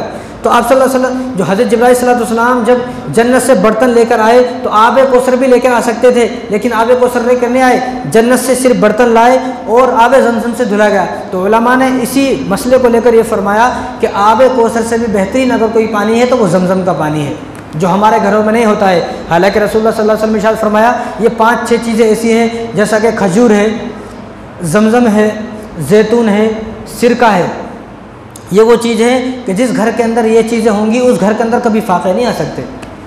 हमारे घरों के अंदर कितने फाके हैं, सुबह कमा के शाम को आया तो वो सुबह दूसरे दिन होने तक पैसे ख़त्म हो गए। एक महीने में 40-50 हज़ार रुपये कमा रहे, लेकिन वो महीना ख़त्म होने से पहले 40-50 हज़ार रुपये कहाँ चले जा रहे नहीं मालूम। हालांकि हुजूर ने फरमाया कि ये चीज़ें जिस घर के अंदर होंगी, जैसा कि खजूर है, ज़मज़म है, जैतून है, कलौंजी है, ये जो वो चीज़ें हैं, तो ये चीज़ें जिस घर के अंदर होंगी इंशाअल्लाह उस घर के अंदर कभी फाका नहीं आ सकता। सिरका होगा, तो इन चीज़ों को अपने घर में रखें। हम दवाई लेने से पहले ज़मज़म का पानी पिए, दवाई भी अगर ले लें तो ज़मज़म के पानी से दवाई लें। और रसूलुल्लाह सल्लल्लाहु अलैहि वसल्लम ने इरशाद फरमाया कि ज़मज़म कोई आदमी जिस इरादे से भी पिएगा तो अल्लाह तबारक व तआला उसके उस इरादों को ज़रूर कबूल फरमाएंगे। कोई एक आदमी इस इरादे से ये जमजम पिए, या अल्लाह मेरे को कभी कैंसर की बीमारी नहीं होना, तो वो इस इरादे से पिएगा तो इंशाअल्लाह वो मर जाएगा, उसकी मौत तक कैंसर की बीमारी उसको नहीं होगी। माउ ज़मज़म लिमा शुरिब ला, कि जो आदमी जिस नियत से पिएगा अल्लाह तबारक व तआला उसकी उस नियत को कबूल फरमा लेंगे। तो डॉक्टर के पास भी जाना है, ऐसा नहीं, इंजेक्शन भी लगाना है, गोले दवाई सब खाना है, लेकिन उससे पहले हमें थोड़ा ज़मज़म का पानी पीना है, इंशाअल्लाह उससे शिफा मिलती है। ये मेरी बात नहीं है, ये मेरे और आपके नबी की बात है। तो रसूलुल्लाह सल्लल्लाहु अलैहि वसल्लम के दिल को किससे धोया गया? आब ज़मज़म से धोया गया। तो मालूम हुआ कि आब ज़मज़म जो है वो आब कौसर से भी ज़्यादा फजीलत वाला है। तो आप सल्लल्लाहु अलैहि वसल्लम के दिल को क्यों धोया गया? इसलिए धोया गया कि उसके अंदर नूर डाला गया, हिकमतें डाली गई, और उसके अंदर इतनी क़ुव्वत डाली गई कि अब जो हमारा दिल है ये वो दिल है जो दुनिया में है, ज़मीन पर है, लेकिन इसी दिल को अगर जहन्नुम के मनाज़िर देखा जाए, जहन्नुम को मनाज़िर देखा जाए तो देख नहीं सकता है। इसीलिए अल्लाह तबारक व तआला ने दिल को धुलाएगा जिब्राइल अलैहिस्सलाम के ज़रिए से कि जब ये अब जहन्नुम के मनाज़िर देखने वाले, जन्नत के मनाज़िर देखने वाले, वो मनाज़िर, वो ख़तरनाक मंजर जो होंगे, वो मंजर इनके दिल पर असर ना करे, इनका दिल मजबूत हो जाए। जिस तरह आप सऊदी को जाता कोई आदमी तो पहले उसको इंजेक्शन लगाते, जब तक इंजेक्शन लगता सऊदी को नहीं जाता, सबको मालूम है। इंजेक्शन लगने के बाद ही सऊदी को जाता है, क्योंकि वहाँ की आबो हवा अलग है, यहाँ की आबो हवा अलग है। अगर इंजेक्शन नहीं लगवाया तो सऊदी को नहीं जाएगा, पहले इंजेक्शन लगवाएगा फिर सऊदी को जाएगा। इसी तरह रसूलुल्लाह सल्लल्लाहु अलैहि वसल्लम जब आसमानों पर गए तो आपके क़ल्ब मुबारक को धोया गया है। और जिब्राइल सल्लल्लाहु जब आप सल्लल्लाहु अलैहि वसल्लम के पास आए तो आप सल्लल्लाहु अलैहि वसल्लम ने फरमाया इन्नल्लाह यक़रउका सलाम व यदउका अल्लाह, कि अल्लाह तबारक व तआला ने आपको सलाम कहा है, यानी अल्लाह रसूलुल्लाह सल्लल्लाहु अलैहि वसल्लम को सलाम बोल रहे हैं कि अल्लाह ने आपको सलाम कहा है और अल्लाह ताला आपसे मुलाकात करना चाहते हैं, अल्लाह आपको अपने पास बुलाना चाहते हैं। तो रसूलुल्लाह सल्लल्लाहु अलैहि वसल्लम को हतीम से ले जाया गया। तो रसूलुल्लाह सल्लल्लाहु अलैहि वसल्लम जब हतीम से चले मस्जिद अक़सा तक, तो मस्जिद अक़सा तक आप सल्लल्लाहु अलैहि वसल्लम 5 जगह रुके। कितनी जगह रुके? 5 जगह रुके। सबसे पहले तो हतीम के अंदर रुके, उसके बाद दूसरी जगह रुके और 2 रकात नमाज अदा की। तो जिब्राइल सल्लल्लाहु अलैहि वसल्लम ने कहा आप यहाँ रुके और 2 रकात नमाज अदा करें। तो हुजूर ने पूछा कि कौन सी जगह है? तो जिब्राइल सल्लल्लाहु अलैहि वसल्लम ने फरमाया कि वो जगह है कोहे तूर, जहाँ पर से मूसा अलैहिस्सलाम अल्लाह तबारक व तआला से हम कलाम होते थे, अल्लाह तबारक व तआला से बातें करते थे। ये बरकत वाली जगह है कि जहाँ पर अल्लाह तबारक व तआला की तजल्लियात बरसती थी, रहमत बरसती थी। तो आप यहाँ पर 2 रकात नमाज अदा करें। तो वहाँ पर 2 रकात नमाज अदा की आप सल्लल्लाहु अलैहि वसल्लम ने। उसके बाद जो तीसरी जगह रुके वो बैतुल लहम के अंदर रुके। बैतुल लहम कौन सी जगह है? जहाँ से ईसा अलैहिस्सलाम की विलादत हुई, कि यहाँ ईसा अलैहिस्सलाम पैदा हुए, तो वहाँ पर 2 रकात नमाज पढ़ी। और चौथी जगह जो आप रुके तो आपको रोका गया कि आप यसरिब के अंदर रुके और यसरिब के अंदर 2 रकात नमाज पढ़े। यसरिब कौन सी जगह है? यसरिब जो है मदीना है। मदीना को पहले यसरिब बोलते थे। हुजूर सल्लल्लाहु अलैहि वसल्लम की हिजरत के बाद इसको मदीनतुर रसूल यानी रसूलुल्लाह सल्लल्लाहु अलैहि वसल्लम का शहर कहा गया। पहले इसका नाम मदीना ही था, पहले इसका नाम यसरिब था। तो यहाँ पर रसूलुल्लाह सल्लल्लाहु अलैहि वसल्लम ने 2 रकात नमाज अदा की। ये 4 जगह। और 5वीं जगह जो है वो मस्जिद अक़सा है कि मस्जिद अक़सा के अंदर आप सल्लल्लाहु अलैहि वसल्लम ने 2 रकात नमाज अदा की। किसकी? ये ऐसी इबादत है, ये वाहिद एक ऐसी इबादत है मस्जिद अक़सा कि जहाँ दुनिया बनने से लेकर आखिर तक ऐसी इबादत नहीं होगी जो यहाँ पर इबादत हुई है। ये कौन सी इबादत है? यहाँ पर इमाम भी नबी है, मुक्तदी भी नबी है। कोई ऐसी इसके अलावा कोई इबादत है? अब यहाँ पर हमारे जैसा चिंदी चोर इमाम है और हमारे पीछे नमाज़ पढ़ने वाले कैसे हैं? लेकिन यहाँ पर रसूलुल्लाह सल्लल्लाहु अलैहि वसल्लम इमाम है और उनके पीछे नमाज़ पढ़ने वाले भी सारे नबी हैं। और इसीलिए आप सल्लल्लाहु अलैहि वसल्लम को बोला जाता है इमामुल अंबिया, क्योंकि आप सल्लल्लाहु अलैहि वसल्लम ने नबियों की भी इमामत फरमाई है। और अज़ान किसने दी है? यह वाहिद अज़ान है, ये वाहिद एक ऐसी इबादत है कि दुनिया में आपको ऐसी इबादत नहीं होगी। अज़ान किसने दी? जिब्राइल सल्लल्लाहु अलैहि वसल्लम ने अज़ान दी। इक़ामत जिब्राइल सल्लल्लाहु अलैहि वसल्लम ने दी। फिर जिब्राइल सल्लल्लाहु अलैहि वसल्लम ने रसूलुल्लाह सल्लल्लाहु अलैहि वसल्लम का हाथ पकड़कर आगे कि आप नमाज़ पढ़ाएं, आगे क्या और कहा आप नमाज़ पढ़ाएं। क्यों? क्योंकि आप ही, अगर आपके बाद अगर कोई नबी भी आएगा तो उस नबी को भी आपको ही फॉलो करना पड़ेगा। आपके आने के बाद सारी शरीयतें मनसूख हो गई, तौरात इंजील ज़बूर सारी मनसूख हो गई। अब अगर किसी का हुक्म चलेगा तो कुरान का हुक्म चलेगा और आपका हुक्म चलेगा। तो इसलिए रसूलुल्लाह सल्लल्लाहु अलैहि वसल्लम कहाँ से? मस्जिद अक़सा से। क्यों? मस्जिद अक़सा जो है वो हम सब का क़िबला अव्वल है, क़िबला अव्वल। क्योंकि रसूलुल्लाह सल्लल्लाहु अलैहि वसल्लम जब मेराज से आए और नमाज का तोहफ़ा लेकर आए तो आप सल्लल्लाहु अलैहि वसल्लम ने 17 महीने तक नमाज जो पढ़ी है वो मस्जिद अक़सा की तरफ रुख कर नमाज पढ़ी है, मस्जिद अक़सा की तरफ।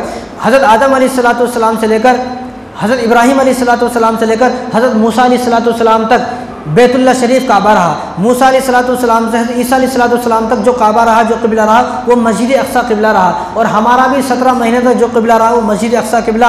उसके बाद रसूलुल्लाह सल्लल्लाहु अलैहि वसल्लम नमाज़ पढ़ रहे थे। मस्जिद क़िबलतैन अब भी मौजूद है, अब भी मौजूद है मदीने के अंदर। आप जाकर देखें मस्जिद क़िबलतैन, वहाँ 2 क़िबले हैं। और ऐसा नहीं एक क़िबला इधर है मस्जिद अक्सा इधर है और पूरा अपोजिट जो बैतुल्लाह है वो इधर है। यानी हुजूर सल्लल्लाहु अलैहि वसल्लम नमाज के अंदर ही वो इधर से आके इधर घूम गए। अब एक क़िबला इधर, एक क़िबला इधर है। जिन्होंने मस्जिद क़िबला नहीं देखी वो उनको मालूम है।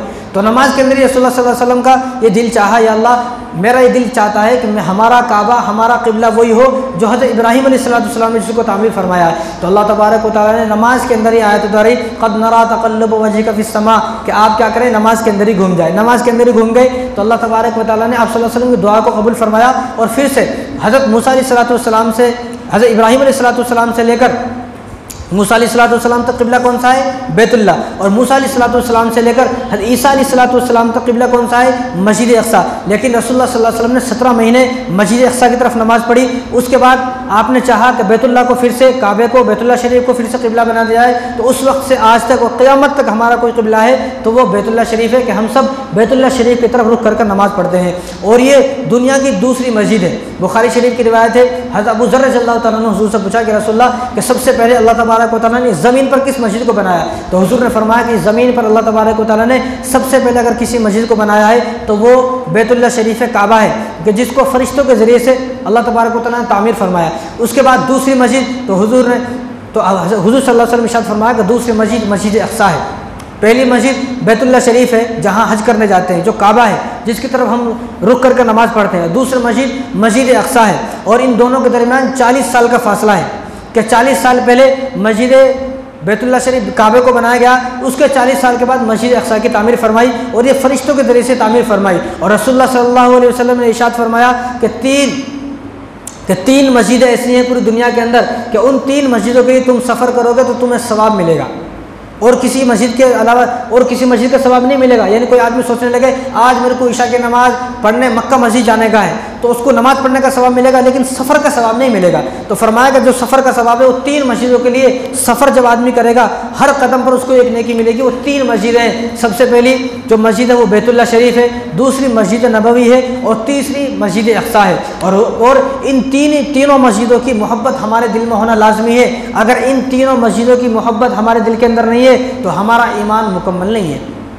हर मुसलमान के दिल में इन तीनों मस्जिदों की मोहब्बत होनी चाहिए। इन तीनों मस्जिदों की अगर नहीं है तो उसका ईमान मुकम्मल नहीं है। और ये जो मस्जिद अक़सा है ये सरज़मीन अंबिया है। सबसे ज़्यादा नबी यहाँ पर आए, 1.25 लाख नबी में से सबसे ज़्यादा नबी यहाँ पर आए और 30,000 नबी यहाँ पर दफन है और 5,000 सहाबी आज भी वहाँ पर दफन है।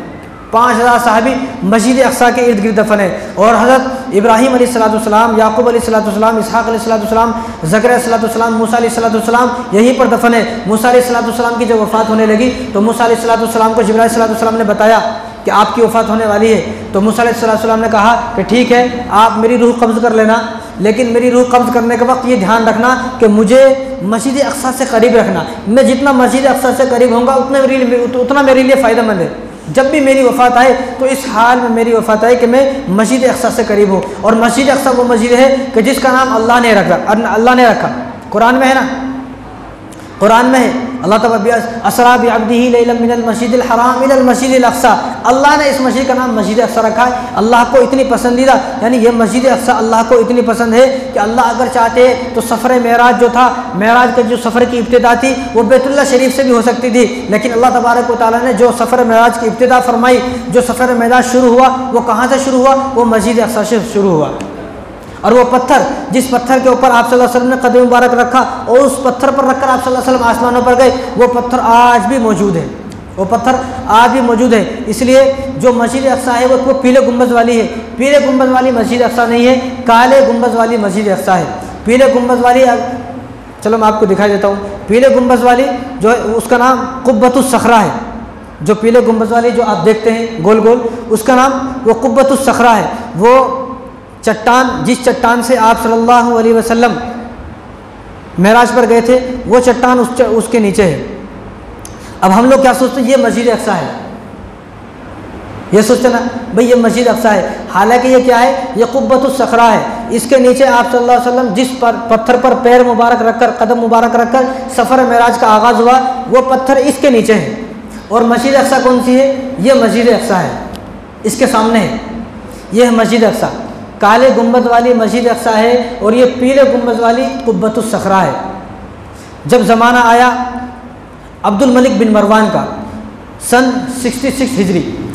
तो उनको मालूम हुआ कि ये तो वो पत्थर है कि जिस पत्थर से सफ़र मेराज जो मेराज की इब्तिदा हुई थी, और ये पत्थर ऐसे ही पड़ा हुआ है। वो यहूदियों के कब्ज़ा में था और यहूदी वहाँ पर अपने जानवर बांधते थे, उसकी बेहुरमती करते थे। तो उन्होंने फ़ौरन वहाँ पर इसको तामीर फरमाया, कुब्बतुस सखरा इसको बोलते हैं। इन्होंने इसको तामीर फरमाया और इसको तामीर करने में 7 साल लगे। 7 साल इसको तामीर करने में लगे और इसके दरवाजे पर सूरह यासीन को लिखवाया गया। कभी आप जाएंगे तो आपको पता चलेगा कि इसके दरवाजे पर सूरह यासीन को लिखवाया गया। और इसको जो चारों तरफ ये ऊपर जो नीली पट्टी है, इस पर सूरह बनी इसराइल लिखी हुई है। वही सूरत कि जो सूरत इस रात में नाजिल हुई, सुब्हानल्लज़ी अस्रा बिअब्दिही लैलन मिनल मस्जिदिल हराम, सूरह बनी इसराइल, उसी सूरह बनी इसराइल को सोने से उन्होंने लिखवाया। अब्दुल मलिक बिन मरवान ने सोने से लिखवाया। जो गुंबज है, ये गुंबज उनके पास इतने पैसे नहीं थे, सारे पैसे ख़त्म हो गए। तो ये गुंबज जब बाद में जॉर्डन के किंग थे शाह हुसैन, तो उन्होंने इस गुंबज को 200 किलो सोने से लगाया। ये जो गुंबज है, ये गुंबज 200 किलो सोना है इसके ऊपर। इसीलिए यहूदी इसके पीछे लगे हुए हैं कि अगर इस मस्जिद पर कब्जा हुआ तो 200 किलो सोना मिल जाता। अब 200 किलो सोना आप हिसाब लगा सकते हैं कितना अरबों खरबों का होगा। तो इसको ये कुब्बतुस सखरा है और ब्लैक गुंबद वाली वो मस्जिद अक्सा है। तो यहाँ से सफ़र मेराज की जो मेराज का जो सफ़र है, यहाँ से इब्तिदा हुई। और यहाँ से इब्तिदा फरमाई क्यों? क्योंकि ये वो जगह है कि जहाँ पर सबसे ज़्यादा नबी आए हैं। तो रसूलुल्लाह सल्लल्लाहु अलैहि वसल्लम सफ़र में कितनी मरतबा रुके? 5 मरतबा रुके। और इस मस्जिद जो है, इस मस्जिद के बारे में एक बात और मैं आपको बताता हूँ कि इस मस्जिद के बारे में हज़रत सुलेमान अलैहिस्सलाम ने जब इस मस्जिद को तामीर फरमाया, तो इस मस्जिद को तामीर फरमाने के बाद आपने 5 दुआएं की। कितनी दुआएं? आपने 5 दुआएं की। कभी आप अल्लाह ताला आप सबको वहाँ पर ले जाए और आपकी दुआओं से अल्लाह मुझे भी ले जाए। जब आप वहाँ जाओगे तो इन 5 दुआओं को आप याद रखना। सबसे पहली दुआ ये फरमाई कि अल्लाह जो यहाँ पर आए और वो तौबा करे तो उसकी तौबा को आप कबूल फरमाएं। मस्जिद अक्सा के अंदर जो यहाँ पर आएगा, तौबा करेगा, तो अल्लाह ताला उसकी तौबा को ज़रूर कबूल फरमाएंगे। दूसरी दुआ ये फरमाई, कोई बीमार यहाँ पर आए और वो अपनी बीमारी की दुआ करे, या अल्लाह उसकी बीमारी को आप ख़त्म फरमा देना। और तीसरी दुआ ये फरमाई, कोई अगर बेचैन आदमी, बेसकून आदमी, परेशान आदमी और निहायत कर्ज में डूबा हुआ है और बिल्कुल परेशान है, वो आदमी यहाँ पर आए, या अल्लाह उसको अमन दे, उसको चैन दे, उसको सुकून दे। तो जो यहाँ पर आदमी जाएगा परेशान, उसको ऐसा अमन मिलेगा, उसकी सारी टेंशनें ख़त्म हो जाएगी। और चौथी दुआ ये कि या अल्लाह कोई गुनहगार यहाँ पर आ जाए, जब वो यहाँ मस्जिद में नमाज़ पढ़े और मस्जिद में नमाज़ पढ़ने के बाद जब बाहर निकले तो वो इसी तरह गुनाहों से पाक हो जाए जैसा कि आज ही अपनी माँ के पेट से पैदा हुआ है।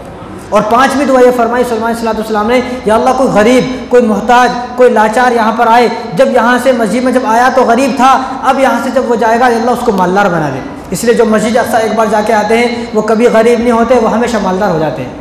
तो इसलिए बहुत सारे लोग ऐसे हैं कि जगह जगह घूमने जाते हैं, सिंगापुर, अमेरिका, लंदन घूमने गया, लेकिन कभी मस्जिद अक्सा घूमने की तौफीक ना हुई। इन 5 दुआओं को अपने जहन में रखते हुए आप मस्जिद अक्सा जब जाएंगे तो अल्लाह तबारक व तआला आपको इस जानों को ज़रूर कबूल फरमाएंगे। तो आप सल्लल्लाहु अलैहि वसल्लम ने नमाज़ पढ़ाई। किन को नमाज़ पढ़ाई? नबियों को नमाज़ पढ़ाई। मस्जिद अक्सा के अंदर नबियों को नमाज़ पढ़ाई। और आप सल्लल्लाहु अलैहि वसल्लम बाद में आए हैं और वो नबी आप सल्लल्लाहु अलैहि वसल्लम के आने से पहले वहाँ पर मौजूद है।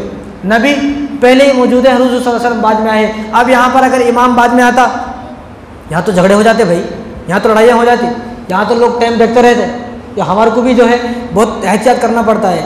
यहाँ शादियों में आज ही एक कार्ड आया मेरे पास, उसमें 9 बजे लिखा हुआ था। बहुत सारे आपने भी कार्ड देखे होंगे, 8 बजे खाना लिखा होता, 8:30 बजे, 9 बजे खाना। आप खुद बोले, कभी 8 बजे आपको खाना मिला? कभी मिला खाना? 10 बजे, 10:30 बजे, 11 बजे खाना मिलता, लेकिन किसी को कोई परेशानी नहीं होती, किसी को गुस्सा नहीं आता, कोई भी किसी को नहीं बोलता अरे 8 बजे लिख के 10 बजे खाना दे रहे। लेकिन यहाँ मस्जिद में जब आया और 30 सेकंड तो दूर की बात है भाई, अगर 1 सेकंड भी ऊपर हो गया तो गुस्सा आ जाता। कहीं को गुस्सा आता समझ में नहीं आता। भाई वो भी एक इंसान है, हम लोग भी एक इंसान है, हमें कोई आसमान से आके नहीं है, हम लोग भी इंसान है, हमारे को भी ज़रूरत है। कभी कभी ऐसा होता है पेशाब आ रहा, लेकिन पेशाब नहीं कर सकता, कहीं वो 5 मिनट है, अगर पेशाब करने का 2 मिनट में वजू करता तो टाइम हो जाता, पेशाब रोक कर नमाज़ पढ़ाना पड़ता है। हालांकि इस तरह नमाज़ पढ़ाना मकरूह है, लेकिन ये बात कैसे समझाए लोगों को? ये बात कैसे समझाए? अब वॉशरूम को जाना है, बैतुल खला में जाना है, पाखाना लग गया, टॉयलेट आ रही, कैसे जाए? 5 मिनट है, 2-4 मिनट वहाँ लग जाएंगे, फिर वजू करेगा, आएगा तो जब तक लड़ाई झगड़े हो जाएंगे। अब वो रोकने के बावजूद नमाज़ पढ़ानी पड़ती है, और हालांकि इस तरह नमाज़ पढ़ाना मकरूह है। लेकिन मसला ये है कि हमारी नमाज़ तो हो जाएगी, लेकिन जो दुश्मन हमारे पीछे खड़े हुए हैं, जो ये सोच रहे हैं कि 1 मिनट अगर लेट हुआ तो हम ये कर देंगे, वो कर देंगे, ये सारा गुनाह उस पर पड़ा, क्योंकि उसके डर की वजह से पढ़ाई जा रही है नमाज़। तो यहाँ पर हुजूर सल्लल्लाहु अलैहि वसल्लम बाद में आए हैं और मुक्तदी जो नबी हैं, मुक्तदी वो सारे पहले मौजूद हैं। अगर अब भी हमारा कोई इमाम साहब बाद में आ जाए तो बर्दाश्त करें, सब्र करें, दिल के बुग़्ज़ और कीनों को बाहर रख कर आए। दिल में अगर बुग़्ज़ है, तकब्बुर है, कीना है, फिर आप मस्जिद में नमाज़ पढ़ रहे हैं तो आपकी नमाज का कोई फ़ायदा नहीं है, आप ना पढ़ें तो बेहतर है, आपको डबल गुनाह है। तो हुजूर सल्लल्लाहु अलैहि वसल्लम का जो मेराज का जो सफ़र है, यहाँ से आप सल्लल्लाहु अलैहि वसल्लम आए और यहाँ जब आए तो यहाँ तक आप सल्लल्लाहु अलैहि वसल्लम बुराक पर आए, तो आप सल्लल्लाहु अलैहि वसल्लम बुराक पर आए और यहाँ से आप सल्लल्लाहु अलैहि वसल्लम की सवारी चेंज हुई, जिसका नाम है दूसरी सवारी। तो दूसरी सवारी उसका नाम है रफ़, क्या नाम है? रफ़ उस सवारी का नाम है। और हुजूर सल्लल्लाहु अलैहि वसल्लम ने इरशाद फरमाया कि वो सवारी है कि जिनका एक कदम यहाँ है, दूसरा कदम वहाँ पड़ता है जहाँ तक आदमी की निगाह जाती है। ऐसी सवारी है, जहाँ तक हुजूर की सवारी निगाह जाती वहाँ पर उसका दूसरा कदम पड़ता। और चंद सेकंडों में आप सल्लल्लाहु अलैहि वसल्लम आसमानों पर चले गए। जब आप सल्लल्लाहु अलैहि वसल्लम आसमानों पर गए तो जब पहले आसमान पर पहुँचे तो पूछा गया कौन है? तो जिब्राइल सल्लल्लाहु अलैहि वसल्लम ने कहा मैं हूँ। तो फरिश्तों ने पूछा कि आपके साथ कौन है? तो फरमाया कि हुजूर सल्लल्लाहु अलैहि वसल्लम से, हुजूर सल्लल्लाहु अलैहि वसल्लम मेरे साथ है। तो फरिश्तों ने फरमाया कि इजाज़त मिल गई? कहा हाँ, हमें इजाज़त मिल गई आने की।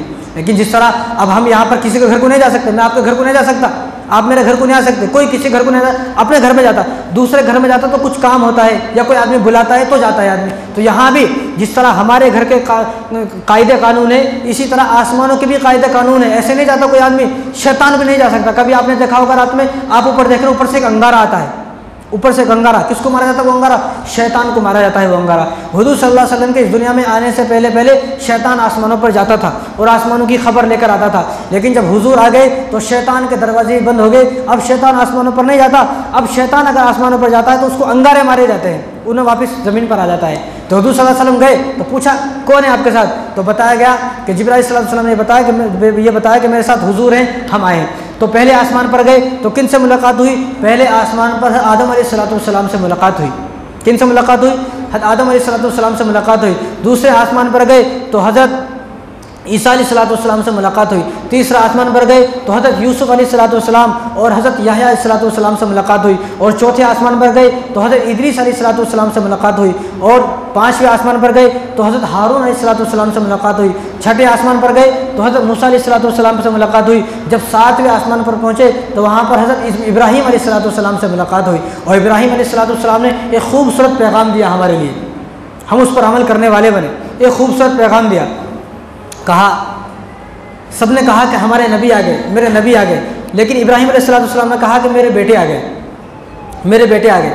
तो इब्राहीम अलैहिस्सलाम ने कहा कि मेरा एक पैगाम है, आप अपनी उम्मत को जाकर मेरा पैगाम देना। सबसे पहला पैगाम यह है कि आप अपनी उम्मत को मेरा सलाम बोलना।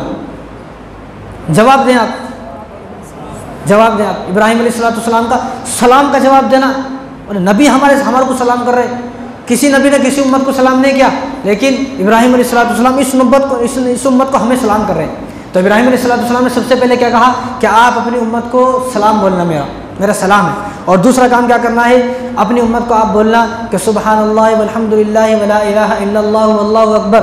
जो आदमी इतना एक जुमला पढ़ेगा तो उसके इतने पढ़ने की वजह से अल्लाह तबारक व तआला उसकी तरफ से जन्नत में एक दरख्त लगा देते हैं। जो क़यामत के दिन जब नफ्सी का आलम होगा, लोग अपने पसीने में डूब रहे होंगे, और जिसका जितना ज़्यादा गुनाह होगा वो उतना ही अपने पसीने में होगा।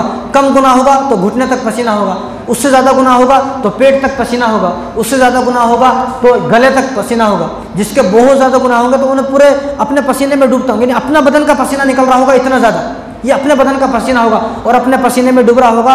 और फरिश्त जो सूरज है, सूरज सिर्फ एक हाथ ऊपर होगा, एक हाथ ऊपर। यहाँ टेम्परेचर ज़्यादा हो जाता तो कैसी गर्मी होती, अब भी कैसी गर्मी हो रही है, और जब एक हाथ ऊपर होगा तो कैसी बुरी गर्मी होगी। तो फरमाया उस आलम में जब ये नफ्सी का आलम होगा, लोग अपने पसीने में डूब रहे होंगे, उस वक्त ये आदमी जो एक मरतबा सुबहानल्लाह वल्हम्दुलिल्लाह वला इलाहा इल्लल्लाह वल्लाहु अकबर पढ़ेगा, ये आदमी, और इब्राहीम अलैहिस्सलाम ने बताया कि किस तरह कि इस तरह अपने दोनों पैरों को इस तरह उस जो दरख्त है उस दरख्त को टेक लगाकर आराम से बैठा होगा और नज़ारा देख रहा होगा। कौन है ये आदमी? ये वो आदमी है जिसने दुनिया में पढ़ा होगा। अब सवाल ये है, अब लोग बहुत होशियार हैं, उन्हें बोलता अगर एक मरतबा पढ़े तो बस है ना भाई, एक मरतबा पढ़े तो बस है ना। तो उसको जवाब ये दिया जाएगा, यहाँ पर एक प्लाट लिया बस हुआ क्या? एक प्लाट बस हुआ क्या? एक प्लाट लेने के बाद दूसरा प्लाट लेता, दूसरा प्लाट के बाद तीसरा प्लाट, फिर चौथा प्लाट। एक घर बनाने के बाद एक घर बस नहीं होता, अब दूसरा घर रहना मेरे को। जिस तरह यहाँ पर वो ख्वाहिश है पैसे कमाने की, इसी तरह वहाँ भी ख्वाहिश होगी। जिसके जितने ज़्यादा दरख्त होंगे उन्हें सबसे ज़्यादा मालदार होगा। अब बैंक में जिसके सबसे ज़्यादा पैसे हैं उसको बोलते हैं सबसे ज़्यादा मालदार आदमी है। जिसकी जितनी ज़्यादा प्लाट हैं, घर है, गाड़ियाँ हैं, उसको बोलते हैं ये आदमी मालदार है। इसी तरह क़यामत के दिन भी जिसके जितने ज़्यादा दरख्त होंगे वो उतना ज़्यादा मालदार होगा। यहाँ का मालदार को कोई आदमी टच नहीं करता, सब लोग डरते हैं। मालदार आदमी से कोई गलती हो जाए तो क्या बोलते लोग, कोई बात नहीं, छोड़ो जी, हो जाता है ऐसा। गरीब आदमी से अगर कोई गलती हो तो नहीं, जानबूझ के कराए ना, जानबूझ के कराए, इसके खिलाफ केस करेंगे, इसको लेके जाओ। तो वहाँ भी यही होगा, जिसके जितने ज़्यादा दरख्त होंगे अमीर होगा उतना जल्दी जन्नत में जाएगा, और जिसके दरख्त नहीं होंगे उन्हें फंसा रहेगा। तो इसलिए क्या करना है, ज़्यादा से ज़्यादा ये पढ़ते रहना, सुबहानल्लाह वल्हम्दुलिल्लाह वला इलाहा इल्लल्लाह वल्लाहु अकबर। अब मैंने जब से ये बता रहा हूँ 5 मिनट में 3 बार पढ़ दिया, 3 तो दरख्त मेरे लग गए। तो आप भी जब पढ़ेंगे तस्बीह ले लें आप। इसलिए मैं बोलता हूँ कि मस्जिद में लोग आते हैं, अब 5 मिनट है, उन्हें 5 मिनट पहले आ गया, अरे 8 बजे नमाज थी, अभी 7:55 है, अभी 5 मिनट है। अब वो सोचता हूँ मैं 5 मिनट पहले क्यों आ गया, आखिर में क्यों आ गया, मैं तो पूरा घर से टाइम देख कर चला था, लेकिन 5 मिनट पहले मैं क्यों आ गया। भाई आप शुक्र अदा करें, मैं 5 मिनट पहले आ गया। ये तस्बीह यहाँ पर लटक रही है, आपके इंतजार में है, आप तस्बीह ले और कलमा पढ़ें। आप 100 मरतबा ये कलमा पढ़ें, आपके लिए 100 दरख्त लगा दिए जाएंगे। तो कभी भी जल्दी आने में परेशान ना हो। बहुत से लोगों को मैं देखता हूँ, आया अभी 5 मिनट है, चलो इतना कोने में बैठकर व्हाट्सअप चला लेता हूँ, फेसबुक कुछ तो भी चला लेता हूँ। मस्जिद में तो ना चलाएं इन चीज़ों को, कोई ज़रूरी चीज़ है, आप पढ़ रहे हैं, किताब पढ़ रहे हैं तो आप पढ़ लें वो। अब जिस तरह मेरे को किताब पढ़ना होता है, फ़ोन में किताब पढ़ लेते, वो फ़ोन में किताब पढ़ लो आप, या कुछ भी आपको कोई ज़रूरी चीज़ है वो कर लें आप। लेकिन आप यहाँ आकर व्हाट्सअप में या फेसबुक में और इंस्टाग्राम में आप लग गए, लोगों से बात कर रहे हैं, चैटिंग कर रहे हैं, ये दुनिया की बातें मस्जिद में करना हराम नाजायज़ है, दुनिया की बातें। और उमर रज़ियल्लाहु तआला का ज़माना है, उमर रज़ियल्लाहु तआला मेहराब में बैठे हुए हैं, तो 2 आदमी मस्जिद नबवी के अंदर कोनों में बात कर रहे हैं, कोने में बात कर रहे हैं। तो उमर रज़ियल्लाहु तआला अगर चाहते तो उनको आवाज़ मार कर बुला सकते थे, तो उमर रज़ियल्लाहु तआला बुलाया नहीं। तो उस ज़माने में ऐसे नहीं था, कालीनें नहीं थी उस ज़माने में, ऐसे जो संगमरमर ये पत्थर लगे हुए नहीं थे, मिट्टी की ज़मीन होती थी, पत्थर होते थे। तो वहाँ से उमर रज़ियल्लाहु तआला ने पत्थर उठाया और पत्थर उठाकर उनको हल्के से मारा, वो 2 आदमी को। जब उनको मारा तो उन्होंने देखा, एकदम देखा तो उनको बुलाया, इधर आओ। तो बुलाया, उनसे कान में पूछा, ज़ोर से चीख के नहीं, यहाँ तो चीखते, अब यहाँ कोई आदमी बैठा, फ़ोन आ गया तो यही, हाँ भाई कहाँ है, बताओ। कितनी मतलब कैसी अजीब बात है, मस्जिद में तो आप दुनिया की बातें नहीं कर सकते। तो जब वो आए, बुलाया, पास में बुलाया, तो पूछा आप कहाँ के हो, यहाँ के तो नज़र नहीं आते, यहाँ के तो सारे लोग जानता हूँ। तो कहा हम ताइफ के हैं। अब उमर रज़ियल्लाहु तआला का आप अगला जुमला सुने। तो हज़रत उमर ने फरमाया, तुम खुश नसीब हो, बच गए, अगर तुम मदीने के होते तो तुम्हें 100 कोड़े लगवाता मैं। क्यों हुजूर, ऐसी क्या वजह है? वो इसलिए कि तुम मस्जिद में बात कर रहे हो। यानी मालूम हुआ कि उस ज़माने में जो मस्जिद में बात करता था उसको 100 कोड़े लगवाए जाते थे। तो फरमाया कि तुम ताइफ को, तुम्हें पता नहीं है यहाँ के कानून, तुम दूर से आए हो, इसलिए मैं तुम्हें छोड़ रहा हूँ। अगर तुम मदीने को होते तो तुम्हें 100 कोड़े लगवाता। और यहाँ भी मस्जिदों में आए, वज़ू करते हुए ठट्टे मार रहे हैं, बात कर रहे हैं, हंसी मजाक कर रहे हैं, भाई ना करें, ये मेरी बात नहीं है, ये हुजूर की बात है। और हुजूर ने फरमाया, कोई आदमी ये चाहता है कोई आदमी कि मेरे सारे अमाल बर्बाद हो जाए, तो उसको चाहिए कि वो मस्जिदों में हंसी करे, हंसी मजाक करे, मस्जिदों में मस्खरापन करे, मस्जिदों में चीखे चिल्लाए, उसके सारे अमाल जब क़यामत के दिन जाएगा 0/0, 0 लिखा हुआ, कुछ भी नहीं, सारे अमाल ख़त्म। इसलिए जब मस्जिद में आए तो अदब से आए, प्यार से आए, अदब एहतराम से आए। मस्जिद में दुनिया की बातें ना करें, वज़ू करते हुए चीखना चिल्लाना बात करना हरगिज़ ना करें, या आपके अमाल ख़त्म हो जाएगा। अनतहबत आमालुम अंतुम ला तशऊरून, आपके अमाल ऐसे ख़त्म हो जाएंगे आपको पता भी नहीं चलेगा। आप ये सोचेंगे मेरे पास तो हज है, उम्रे हैं, ज़कात है, फित्र है, और मेरे पास तो इतने सारे रोज़े हैं, नमाजें हैं, आप ये सोच रहे हो। लेकिन क़यामत के दिन जब आप देखोगे जाकर, तो देखोगे आपका नामा अमल बिल्कुल 0/0, नामा अमल खाली हो गया। तो मस्जिद में जब भी आए तो बिल्कुल बात ना करें, हर किसी बात ना करें, बात करें बाहर कर लें खूब बात, लेकिन मस्जिद में ना करें। ये मेरी बात नहीं है, ये ऐसा नहीं कि मेरी कोई दुश्मनी है, मेरी कोई दुश्मनी बता रहा हूँ। ये हुजूर सल्लल्लाहु अलैहि वसल्लम का हदीस मुबारक है। हुजूर ने क्या फरमाया, अगर तुम ये चाहते हो कि तुम्हारी आखिरत बर्बाद हो जाए तो मस्जिदों में खूब चीखो चिल्लाओ। तो मस्जिद में हरगिज़ ना चीखे चिल्लाए। तो हज़रत इब्राहीम अलैहिस्सलाम ने सलाम कहा। देखो अल्लाह तबारक व तआला के पास गए, अल्लाह ने भी सलाम कहा। तीन हस्तियों ने हमें सलाम कहा। हज़रत आदम अलैहिस्सलाम ने सलाम कहा, इब्राहीम अलैहिस्सलाम ने सलाम कहा, और तीसरा सलाम किसने कहा? अल्लाह तबारक व तआला ने हमसे सलाम कहा। बताओ कितने खुशनसीब लोग हैं हम कि अल्लाह हमसे सलाम बोल रहे हैं कि आप सलाम। तो हज़रत हुजूर सल्लल्लाहु अलैहि वसल्लम जब आगे गए, तो हुजूर सल्लल्लाहु अलैहि वसल्लम जब आगे गए तो हज़रत हारिसा बिन नौमान रज़ियल्लाहु अन्हु एक सहाबी हैं, उनकी आवाज़ सुनी, वो कुरान पढ़ रहे थे। तो जब वो कुरान पढ़ रहे थे तो उनके कुरान पढ़ने की जन्नत में आवाज़ आ रही थी। तो हुजूर सल्लल्लाहु अलैहि वसल्लम जब उनकी आवाज़ सुनी तो ऐसा पीछे देखा। तो हज़रत इब्राहीम सल्लल्लाहु अलैहि वसल्लम ने कहा कि हज़रत आप क्या देख रहे हैं? फरमाया कि तो हारिसा बिन नौमान की आवाज़ है। हारिसा बिन नौमान तो अभी मैं मदीने में छोड़ कर आ रहा हूँ, मक्के में छोड़ कर आ रहा हूँ, मक्के में, यहाँ उसकी आवाज़ कैसे आ रही है? तो जिब्राईल सल्लल्लाहु अलैहि वसल्लम ने फरमाया कि वो दुनिया में कुरान पढ़ते हैं, लेकिन उनकी जब वो कुरान पढ़ते हैं, उनकी कुरान की आवाज़ को, तिलावत को तमाम जन्नत वालों को, तमाम हूरों को, तमाम फरिश्तों को सुनाई जाती है। क्यों सुनाई जाती है? वो कौन सा अमल है? तो फरमाया कि उन्होंने जब वो बचपन में थे तो उनके वालिद साहब का इंतकाल हो गया था। वो अकेले भाई हैं और उनकी वालिदा अकेली है, अकेले भाई वालिदा अकेली है। वालिदा की वो खिदमत की है कि उस खिदमत की बिना पर वो दुनिया में मक्के की सरजमीन पर कुरान पढ़ते हैं, लेकिन उनकी कुरान की जो आवाज़ है वो फरिश्तों को और हुरों को सुनाई जाती है। क्यों? वालिदा की खिदमत की है। किस तरह खिदमत करते थे? रात में जब आते थे तो खाना बना, दिन भर काम करते थे, रात में जब आते थे तो वालिदा को खाना बनाते थे और अपने हाथ से खाना खिलाते थे, और वालिदा को अपने हाथों से नहलाते थे, अपने हाथों से कपड़े पहनाते थे, अपने हाथों से कंघी करते थे, सारे काम अपने हाथों से करते थे। और वालिदा इतनी माजूर थी कि पेशाब पखाने भी नहीं धुल सकती थी, ये वालिदा का पेशाब पखाना धुलते थे। दुनिया में अगर कोई आदमी अभी ये कोई काम करे तो उसको लोग बेवकूफ़ बोलते, बेवकूफ़ है। हालांकि जिसकी खिदमत की जा रही है कौन है? वो शख्स है कि जिसकी कदमों के नीचे हमारी जन्नत है। इसलिए किसी पीर फ़कीर, किसी मौलवी साहब से आपको दुआ कराने की ज़रूरत नहीं है। लोग हमारे को बोलते हैं दुआ करो, मैं सबको बोलता हूँ अगर आपकी वालिदा ज़िंदा है आप अपनी वालिदा से दुआ कराएं। अगर आपकी वालिदा फोत हो गई है तो आपकी बहन, आप अपनी बहन से दुआ कराएं। बहन भी नहीं है तो आप अपनी खाला से दुआ कराएं। हुजूर ने इन 3 लोगों के बारे में इरशाद फरमाया कि ये 3 अगर आपके बारे में दुआ करेंगे आपकी दुआ को ज़रूर कबूल फरमाया जाएगा।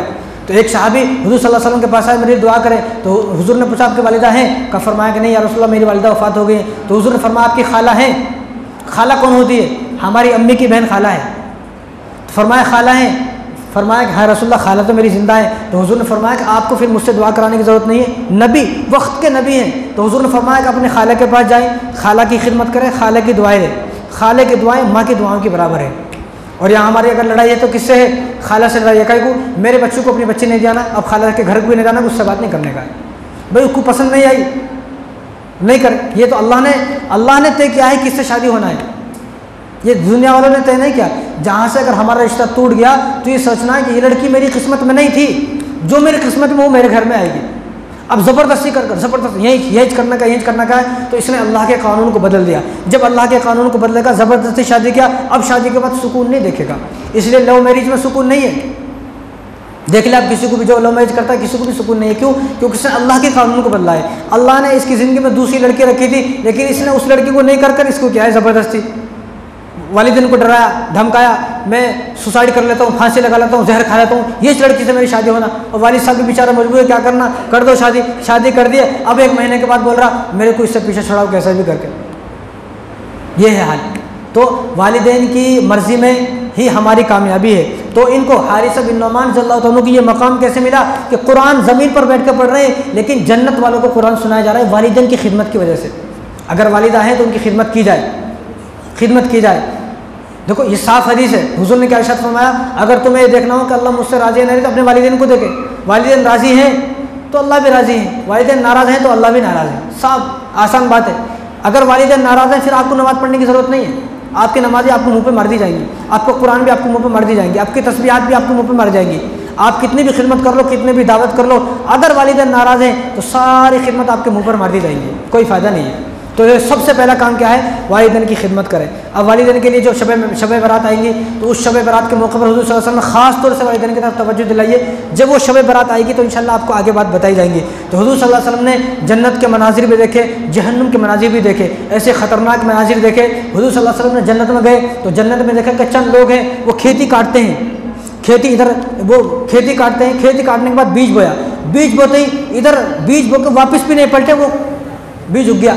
यहाँ कोई आदमी अगर कोई पेड़ उगाए कितने साल लगते हैं पेड़ लगने को, फिर उसमें फल कितने साल में लगेंगे। और यहाँ बीज डाला तैयार, दरख्त तैयार, फल तैयार, फिर तोड़ रहे हैं, फिर बीज डाला फिर तैयार।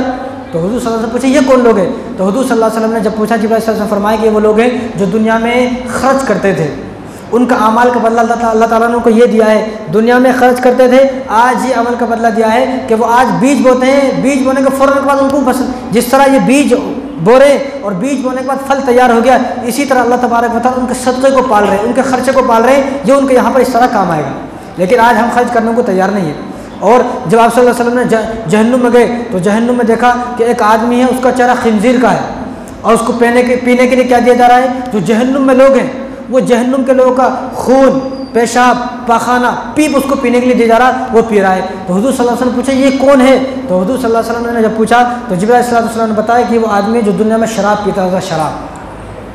आज तो हमारे माशरे में ऐसा मुसलमान जिसको देखकर लगता है इन्हें तो बड़ा मुत्तकी परहेजगार है, चेहरे पे दाढ़ी है, उन्हें भी शराब पीता है। शराब पीने वाले की अगर एक कतरा भी पिया तो 40 दिन तक तो उसकी नमाज कबूल नहीं होती है भाई, 40 दिन तक उसकी नमाजें कबूल नहीं होती है, कोई इबादत उसकी कबूल नहीं होती है, उसकी बात उसकी मुंह पे मार दी जाती है जो आदमी शराब पीता है। तो शराब से तौबा करें। इस तरह एक आदमी को देखा उसके होठ काटे जा रहे हैं, पूछा तो मालूम यह कि वो आदमी है जो दुनिया में झूठ बोलता था, झूठ बोलने वाले के होठ काटे जा रहे हैं।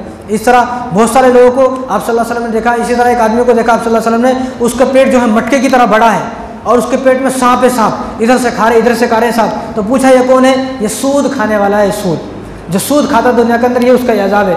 तो इन गुनाहों से बहुत सारे गुनाह आप सल्लल्लाहु अलैहि वसल्लम ने ऐसे देखे। तो हम तो तमाम गुनाहों से तौबा करने वाले हुए हैं। तो हुजूर सल्लल्लाहु अलैहि वसल्लम जब आगे गए तो आप सल्लल्लाहु अलैहि वसल्लम ने जब सिदरतुल मुंतहा पर पहुँचे तो जिब्राइल सल्लल्लाहु अलैहि वसल्लम ने मना फरमा दिया कि मैं इससे आगे नहीं जा सकता, इससे आगे मेरी बॉर्डर है, इससे आगे मैं नहीं जा सकता हूँ, आप जाए। तो हुजूर सल्लल्लाहु अलैहि वसल्लम उससे आगे गए और कितने आगे गए, अल्लाह तबारक व तआला ने उसी को कुरान करीम में फरमाया फ़कान क़ाब क़ौसैन व अदना, फ़कान क़ाब क़ौसैन व अदना कितने फासले को बोलते हैं? एक हाथ के फासले को बोलते हैं। यानी आप सल्लल्लाहु अलैहि वसल्लम अल्लाह तबारक व तआला से इतना दूर रह गए जितना एक तीर होती है, एक तीर कितनी लंबी होती है? इतनी लंबी होती है तीर। तो इतना दूर आप सल्लल्लाहु अलैहि वसल्लम रह गए। तो आप सल्लल्लाहु अलैहि वसल्लम अल्लाह तबारक व तआला के दरमियान बातें हुई। क्या बातें हुई नहीं मालूम किसी को, भी चंद बातें मालूम है। उन्हीं बातों के बारे में अल्लाह ताला ने कुरान करीम के अंदर फरमाया फ़अौहा इला अब्दिही मा औहा, अपने बंदे से हमने जो बातें करनी थी कर ली। आपको इसमें ज़्यादा तफसील में जाने की ज़रूरत नहीं है, लेकिन हमें जो उन बातों में से बातें मिलती हैं वो 3 बातें मिलती हैं। कितनी बातें मिलती हैं? 3 बातें मिलती है। सबसे पहले जो तोहफ़ा दिया वो नमाज का तोहफ़ा दिया। दूसरा जो तोहफ़ा दिया वो ये तोहफ़ा दिया, अल्लाह तबारक व तआला ने ये फरमाया कि जो आपकी उम्मत का आदमी शिरक नहीं करेगा मैं उसको जन्नत में दाखिल कर दूंगा, चाहे वो कितना भी गुनहगार है। लेकिन अगर शिरक किया तो फिर उसकी जन्नत में कोई जगह नहीं है। शिरक क्या है? अल्लाह के अलावा किसी दूसरों को सजदा करना, ये शिरक है। आजकल तो कोई बाबा मिल गया और ये बाबा उसको सजदा कर लिया, इन्हें क्या है? इन्हें कौन है? इसको फीवर हुआ तो इसको भी वही दवाई लेना पड़ता जो आपको लेता हो दवाई। इन्हें कौन है बाबा? इन्हें आसमान से थोड़े है, हमारे जैसा कि इंसान है, उन्हें हमारे जैसा, फिर इस पर इतना एतबार क्यों है? तो दूसरा, किसी अल्लाह के अलावा किसी को सजदा नहीं करना है। जो आदमी अल्लाह के अलावा किसी को सजदा किया है तो तौबा कर ले। किसी कब्र को, किसी पीर को, किसी फ़कीर को, माँ को सजदा करना जायज़ नहीं है। माँ को इस दुनिया में नबी के बाद अगर किसी का मेरे लिए मकाम है तो मेरी माँ के लिए मकाम है, माँ के लिए भी सजदा करना जायज़ नहीं है। सहाबा ने हुजूर से पूछा या रसूलल्लाह हमारा दिल ये करता है हम आपको सजदा कर लें, तो हुजूर ने मना फरमाया। बुखारी मुस्लिम की और मिशकात शरीफ की साफ़ रिवायतें हैं। ये वो पीर फ़कीर को, वो बाबा को ये रिवायत नहीं मालूम, उसको क्या मालूम बुखारी शरीफ क्या है? उन्हें तो कभी ज़िंदगी में देखा नहीं। ये हमने पढ़ी है बुखारी शरीफ, वो हदीस का है हमें मालूम है, उसको क्या मालूम? उन्हें तो उसको तो मालूम है, उस बाबा को तो मालूम है जब तक तुम लोग सजदा करोगे जब तक उसकी जेब भरती रहती। हमारे 10-10, 20-20, 50-50 हज़ार रुपये से उन्हें बिल्डिंग ले लिया, प्लाटों पे प्लाटें ले लिया, कारों पे कारों ले लिया और कारोबार बना लिया। यहाँ मैं गरीब के गरीब हूँ, या मेरी ज़िंदगी नहीं बदल रही। तो वो पीर फ़कीर, वो बाबा हमारे पैसों से अमीर हो गया और हम लोग वो गरीब का गरीब ही रह गए। तो हुजूर सल्लल्लाहु अलैहि वसल्लम ने क्या फरमाया? मुझे भी सजदा करना जायज़ नहीं है। साहबा ने कहा हम आपको सजदा करना चाहते हैं। आप खुद सोचे अपने मोटे दिमाग से, आप सोचे कि अगर सजदा होता अल्लाह के अलावा तो नबी को सजदा होता या माँ को सजदा होता। और हुजूर ने इरशाद फरमाया अगर अल्लाह के अलावा, ये बुखारी शरीफ की सही हदीस है, पूरी दुनिया के अंदर इस हदीस का कोई तोड़ नहीं है। हुजूर ने इरशाद फरमाया अगर अल्लाह के अलावा किसी को सजदा होता तो मैं औरत को हुक्म करता कि वो अपने शोहर को सजदा करे, लेकिन औरत को भी हुक्म नहीं है कि वो अपने शोहर को सजदा करे। तो जब यहाँ रसूलुल्लाह को हुक्म नहीं है तो किसी को भी हुक्म नहीं है अल्लाह के अलावा किसी को सजदा करना। तो हुजूर ने इस मौके पर दूसरा तोहफ़ा यह दिया कि जो आदमी शिरक नहीं करेगा मैं उसको जन्नत में दाखिल कर दूंगा, चाहे वो कितना भी बड़ा गुनहगार हो। अगर उसने शिरक किया है फिर वो जन्नत में दाखिल नहीं होगा। और तीसरा तोहफ़ा जो मिला है वो नमाज का तोहफ़ा मिला है। वो सबसे पहले नमाज का तोहफ़ा मिला, दूसरा ये शिरक का तोहफ़ा मिला, और तीसरा तोहफ़ा जो मिला वो सूरह बकरा की आखिर की 2 आयत, आमन रसूल बिमा उनज़िला इलैहि मिन रब्बिहिल मुमिनून अंत मौलाना फंसुरना अल कौमिल काफिरीन। यहाँ तक ये जो 2 आयतें अल्लाह तबारक व तआला, पूरा कुरान ज़मीन पर नाजिल हुआ, ये 2 आयत अल्लाह तबारक व तआला ने आसमानों पर दी हैं। आसमानों पर क्या कहा, क्या फरमाया हुजूर सल्लल्लाहु अलैहि वसल्लम ने? अगर तुम्हारे घर में जादू है, जिन्नात है, कुछ भी है, बंदिश है, कुछ भी है, तुम्हारे लिए 2 आयत काफ़ी हैं। अगर तुम सुबह में अपनी दुकान खोल रहे हो, कारोबार को जा रहे हो, ऑटो चला रहे हो, गाड़ी चला रहे हो, ट्रक चला रहे हो, लारी चला रहे हो, कार चला रहे हो, कुछ भी चला रहे हो, आप काम शुरू करने से पहले, कारोबार शुरू करने से पहले आप इन दो आयतों को पढ़ें और अपने कारोबार में फूंक मार दें। बस हुजूर ने फरमाया कि सारी चीज़, सारे जिन्नात जादू से बचने के लिए तुम्हारे लिए दो आयत काफ़ी हैं। लेकिन हमें हुजूर की बातों पर एतबार नहीं है, ये दो आयत काफ़ी हैं। तो आप कभी भी अपना कारोबार शुरू करें, सफ़र में जा रहे हैं, कोई भी अच्छा काम आप शुरू करें तो आप इन दो आयतों को पढ़ें। इंशाअल्लाह हुजूर सल्लल्लाहु अलैहि वसल्लम जो फरमाया है वो बात गलत नहीं हो सकती। तो ये 3 तोहफे मिले, नमाज का तोहफा मिला, और जो शिरक नहीं करेगा उसे जन्नत में दाखिल करेंगे तोहफा मिला, और सूरह बकरा की आखिर की 2 आयत मिली। ये 3 तोहफे मिले। और जब हुजूर सल्लल्लाहु अलैहि वसल्लम अल्लाह तबारक व तआला के पास गए तो अल्लाह ने पूछा क्या तोहफा लेकर आए हो मेरे लिए? तो हुजूर ने कहा रसूल या अल्लाह मैं आपके लिए क्या तोहफा ला सकता हूँ, मेरी इतनी हिम्मत कहाँ है, आपके पास तो जन्नत है, ख़जाने हैं, मैं क्या तोहफा ला सकता हूँ? तो अल्लाह ताला ने फिर भी पूछा बोलो क्या तोहफा लेकर आए हो? तो उस मौके पर रसूलुल्लाह सल्लल्लाहु अलैहि वसल्लम शाह फरमाया अत्तहियातु लिल्लाहि वस्सलावातु वत्तय्यिबात, मेरी ज़बानी इबादत है, मेरी बदनी इबादत है और मेरी बाली इबादत है। ज़बान के ज़रिए से जो इबादतें की जाती हैं, बदन के ज़रिए से जो इबादतें की जाती हैं, माल के ज़रिए से जो इबादतें की जाती हैं, तो रसूलुल्लाह सल्लल्लाहु अलैहि वसल्लम शाह फरमाया वो सारी इबादतें मैंने आपके लिए की है, सारी इबादतें आपके लिए की हैं। तो अल्लाह बड़े खुश हुए। अल्लाह ने फरमाया अस्सलामु अलैका अय्युहन नबी व रहमतुल्लाहि व बरकातुहू, ए मेरे महबूब आप पर सलाम हो, आप पर रहमतें हों, आप पर बरकतें हों। क्या फरमाया? अस्सलामु अलैका, का जो आता है एक आदमी के लिए आता है, अस्सलामु अलैका एक आदमी के लिए आता है, यानी अल्लाह तबारक व तआला ने उनके लिए फरमाया कि तुम पर रहमतें हो, तुम पर सलाम हो, तुम पर बरकतें हो। तो अल्लाह ने फरमाया कि हुजूर सल्लल्लाहु अलैहि वसल्लम फरमाया कि या रसूलल्लाह या अल्लाह ऐसा नहीं, मेरे पीछे में बहुत सारे लोगों को छोड़ कर आ रहा हूँ जिनसे मुझे उम्मीद है और क़यामत तक भी लोग आएंगे, तो आप ऐसा नहीं, क्या करना चाहिए? तो ये कहना चाहिए अस्सलामु अलैना, सब पर सलाम हो, वाला इबादिल्लाहि सालिहीन, सब पर, जो गुनहगार है उन पर भी सलाम हो, इबादिल्लाहि सालिहीन जो नेक लोग हैं उन पर भी सलाम हो, उन पर भी रहमत हो, उन पर भी बरकत हो। यानी रसूलुल्लाह सल्लल्लाहु अलैहि वसल्लम वहाँ जाकर भी हमें नहीं भूले और या हम अपने घर में रसूलुल्लाह सल्लल्लाहु अलैहि वसल्लम को भूल गए वहाँ जाकर भी। तो ये तोहफ़ा मिला। देखो अत्तहियात कितनी खूबसूरत दुआ है, ये वो दुआ है जो आसमानों पर रसूल, और जब ये 2 बातें देखी, इधर आप सल्लल्लाहु अलैहि वसल्लम ने अत्तहियातुल्लाहि वस्सलावातु वत्तय्यिबातु कहा और इधर अल्लाह तबारक व तआला ने अस्सलामु अलैका अय्युहन नबी व रहमतुल्लाहि व बरकातुहू कहा। तो इधर फरिश्तों ने जब ये चीज़ें देखी तो फरिश्तों ने कहा अशहदु अल्ला इलाहा इल्लल्लाह व अशहदु अन्ना मुहम्मदन अब्दुहु व रसूलुहु। इन्हीं 3 जुमलों को बनाकर अल्लाह तबारक व तआला ने हमें दिया है कि ये नमाज के अंदर पढ़ना वाजिब है, ये नहीं पढ़ेंगे तो नमाज नहीं होगी, ये पढ़ेंगे तो नमाज होगी। हालांकि कुरान में नहीं है, कुरान में नहीं है। जो ये अजीब बात है, जो चीज़ कुरान में नहीं है उसके ना पढ़ने से नमाज नहीं हो रही। अजीब बात क्यों? इसलिए कि वो जो जुमले हैं जो अल्लाह की ज़ात से निकले हैं, और ये जुमले हैं जो रसूलुल्लाह सल्लल्लाहु अलैहि वसल्लम की ज़बान मुबारक से निकले हैं, और ये वो जुमले हैं जो फरिश्तों के नूर से निकले हैं, ये वो जुमले हैं। तो कितने खूबसूरत जुमले हैं। तो बातें तो बहुत है, बस इन्हीं बातों पर अल्लाह तबारक व तआला हम सबको अमल करने की तौफीक अता फरमाए, और जो हमें नमाज़ों का तोहफ़ा मिला है असल, हम उस नमाज के तोहफ़े पर अमल करने वाले बने। नमाज शब मेराज का सारा खुलासा नमाज है, बस इसके अलावा इसका कोई खुलासा नहीं है। इसका निचोड़ जो तोहफ़ा रसूलुल्लाह सल्लल्लाहु अलैहि वसल्लम आज की रात लेकर आए हैं, अगर हमने उसी तोहफ़े पर अमल नहीं किया तो हम क़यामत के मुसलमान। और 2-4 बात और बता देता हूँ मैं आपको। 27 रजब का रोज़ा रखने का थोड़ा लोगों का शौक़ है, तो 27 रजब का रोज़ा नहीं है। 27 रजब जो कल आने वाली उसका रोज़ा नहीं है। अगर आपको रोज़ा रखना है तो आगे 1 महीने आ रहे, रमज़ान के रोज़े आ रहे, 30 दिन वो रखो, मालूम होता। अब ये शौक़ क्यों है लोगों को 27 रजब का? इसलिए शौक़ है, पता नहीं ना जाना किस बेवकूफ़ ने उड़ा दिया है। ये उड़ा दिया कि जो आदमी 27 रजब का एक रोज़ा रखेगा उसको 1000 रोज़े का सवाब मिलेगा। इतना सवाब कौन देते भाई? यहाँ पेट्रोल कितना महंगा हो गया, तरकारी कितनी महंगी होगी, आटे चावल दाल कितने महंगे हो रहे, यहाँ दुनिया की चीज़ें इतनी जो है महंगी हो गई, वो सस्ते नहीं मिल रही, यहाँ सवाब कौन देगा? अल्लाह और अल्लाह के रसूल तो नहीं देंगे, बाकी जिसने कहा बेवकूफ़ उन्हें सवाब देगा, उसके पास जाके सवाब लेकर आओ।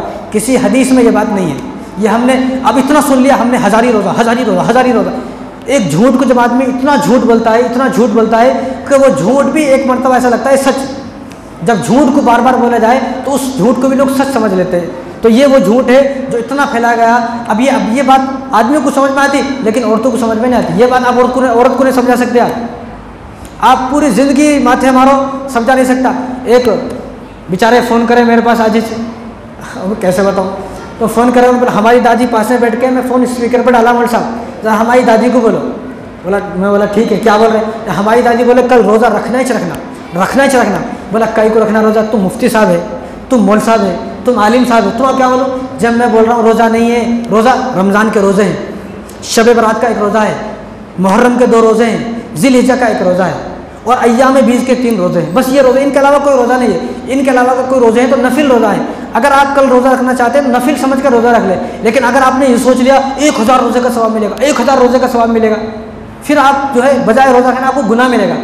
अब मैंने उनको बोला भाई रोज़ा नहीं है कल का, तो बोला ठीक है मौलवी साहब, हमारी दादी सुन ली है। अब उन्हें पीछे से बोली कल का पढ़ता हमारे को क्या समझाता ही नहीं, बताओ।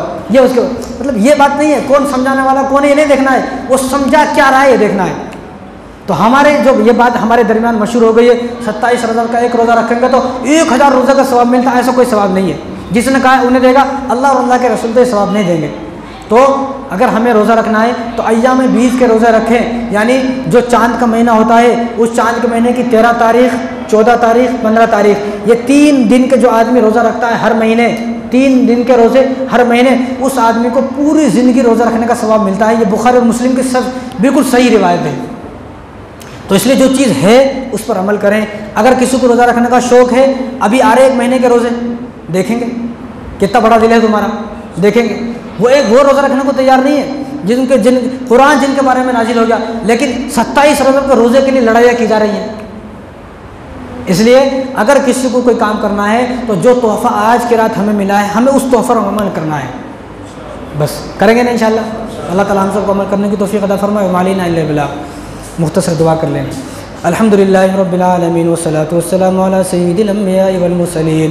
रब्बना ज़लमना अनफुसना व इल्लम तग़फिर लना व तरहमना लनकूनन्ना मिनल ख़ासिरीन। या अल्लाह हम सब के गुनाहों को माफ़ फरमा, या अल्लाह हम सब की खताया को दरगुज़र फरमा, या अल्लाह हम सब के तमाम सगीरा और कबीरा गुनाहों को माफ़ फरमा। या अल्लाह जो गुनाह हमें याद है वो भी माफ़ फरमा। या अल्लाह जो गुनाह कर कर हम भूल गए या अल्लाह वो गुनाह भी माफ़ फरमा। या अल्लाह हमारे बड़ों के गुनाहों को माफ़ फरमा। या अल्लाह हमारे बच्चों के गुनाहों को माफ़ फरमा। या अल्लाह हमारी औलादों के गुनाहों को माफ़ फरमा। या अल्लाह हमारे ख़ानदान के गुनाहों को माफ़ फरमा। या अल्लाह हम यहाँ पर जो बैठे हुए हैं या अल्लाह सब आपकी मोहब्बत में बैठे हुए हैं, आप सल्लल्लाहु अलैहि वसल्लम की मोहब्बत में बैठे हुए हैं। या अल्लाह हम सबको आप सल्लल्लाहु अलैहि वसल्लम की सच्ची मोहब्बत नसीब फरमा। या अल्लाह सच्ची मोहब्बत नसीब फरमा। या अल्लाह तमाम छोटे बड़े गुनाहों से हम सब की हिफाजत फरमा। या अल्लाह मुसलमानों पर जहाँ पर भी जुल्म किया जा रहा है या अल्लाह उन तमाम मुसलमानों की हिफाजत फरमा। या अल्लाह फ़िलिस्तीन की हिफाजत फरमा। या अल्लाह फ़िलिस्तीन के तमाम मुसलमानों की हिफाजत फरमा।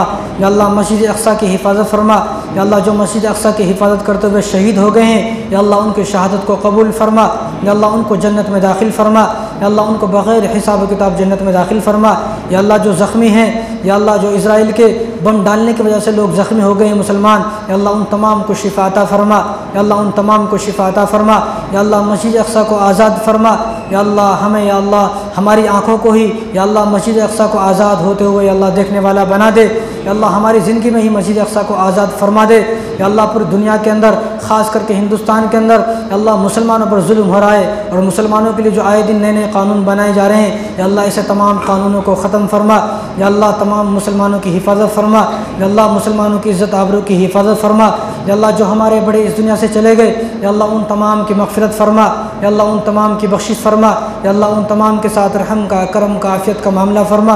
या अल्लाह जो हमारे वालिदैन ज़िंदा हैं, जो हमारी औलादें अभी ज़िंदा हैं, हमारे रिश्तेदार जो ज़िंदा हैं, या अल्लाह उनके गुनाहों को माफ़ फरमा। या अल्लाह हम सबको भी नेक अमाल करने की तौफ़ीक़ अता फ़रमा।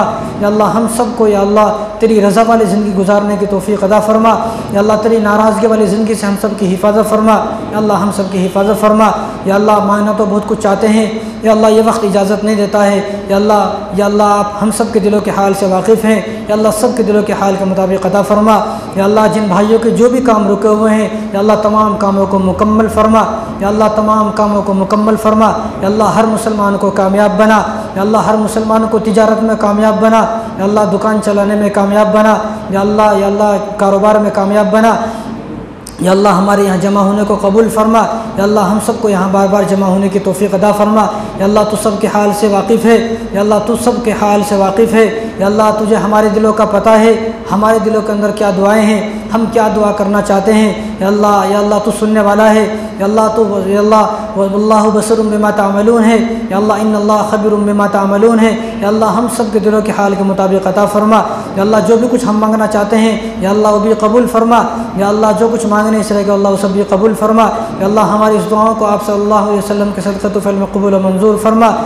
इन्नल्लाह व मलाइकतहु युसल्लूना अलन नबी या अय्युहल्लज़ीना आमनू सल्लु अलैहि व सल्लिमू तस्लीमा अल्लाहुम्मा सल्लि अला सय्यिदिना मुहम्मदिन व अला आलि सय्यिदिना मुहम्मदिन व बारिक व सल्लिम रब्बना तक़ब्बल मिन्ना इन्नका अंतस समीउल अलीम व तुब अलैना इन्नका अंतत तव्वाबुर रहीम अजमईन बिरहमतिका या अरहमर राहिमीन वल्हम्दुलिल्लाहि रब्बिल आलमीन।